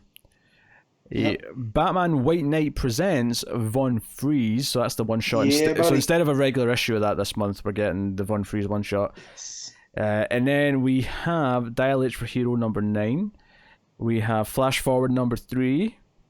We have He-Man Masters of the Universe number 1, should you wish to check that out. Infected Scarab issue 1. Justice League 36. That sounds like a disease. You got an infected scarab. Metal Man issue 2 is out. Looking forward to checking that out. Nightwing 66 is out. We have The Question, The Deaths of Vic Sage issue 1. So looking forward to that one. yeah, try that out. That's a 104. Supergirl 36 is out next week. Superman's pal Jimmy Olsen number 5. Teen Titans 36 is out. And then we have a couple of those Walmart reprints, Titans, Burning Rage, and Wonder Woman Come Back to Me. So, yeah. So Yeah, I think slightly lighter week, because by my count we have 10 books between us there. So I think maybe a slightly lighter week next week. So expect a Patreon book too then, is what you're saying. Yeah. I don't think it definitely isn't as light as the week 3s have been in recent months. Of old, yes. But I mean, yeah, like because Metal Men and the Question book there definitely bump that up. But it's not incredibly busy. But hey, that is what's coming next week. So look forward to discussion on those things. And so as we decided earlier, what's going to happen come week 3 in December, which is the week Doomsday Clock 12, is still scheduled to release. It's not been pushed at all since they put it on that day. So the week that comes out, because they're not having week 4, instead of having all the week 4 books as week 1 on January like they did last year, they've actually done this weird thing where they've kind of split them up, and a lot of them have been put on week 3. Some of them have been put in week 1 of January, but then week 1 of January still has some week 1 books. I think it's particularly frustrating given that January is a 5-week month, so we could have just done the exact same as last year of, hey, week 4 we could have week done, 1. but if you actually look at January solicits, there's books that are still week 1 that are on week 1, but some of them are on week 2. But some week 2 has been pushed to week 3, but not all of them. It's kind of muddied the whole amount up. But so what we're going to do is that you're going to get an episode at the regular time, which will be the regular episode, and that'll have at least Doomsday Clock and 7 other books, because there's 17 books we're doing that week. So it'll be about half of the books. So you get half the books, including Doomsday Clock, at the regular day, and then 2 days later you'll get another episode, which will just be a different number because it's 2 full episodes. You'll get another episode with the other half of the books a few days later, and then the next regular episode will actually not be a regular numbered episode, it'll be the annual, because it's the week off, and we'll do our end of year awards and our best 10 of the year and so on, and whatever else we usually do. So that's what's happening. So that's the schedule at Christmas. Look forward to that. So we're unless something happens and they push a bunch of the books. Yes, but we're not taking time off. In fact, we're doing more episodes than normal over the Christmas period. Yeah, we spent a good 15 minutes trying to figure out how to fit this all in that week. It's going to be busy. So that's what's happening. So look forward to all that jazz. So you can let us know what you thought of the books, of course, in the comments. You can like and subscribe if you're on YouTube, watching the video version. Ding the bell, make sure you get the notifications.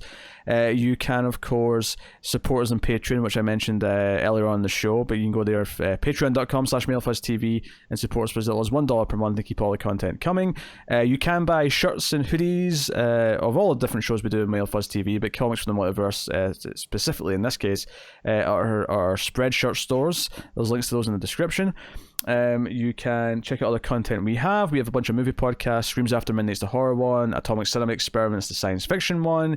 I do live streams on the YouTube channel a couple of times a week. Those are usually good fun. The chat usually tries to make me do stupid things. It's a whole thing. So you go check out those. But all these things are available, but if nothing else, join us next week for episode 182. So keep reading DC Comics, guys. Get us on Twitter at DC Comics Podcast. And always remember to never get lost in the Speed Force.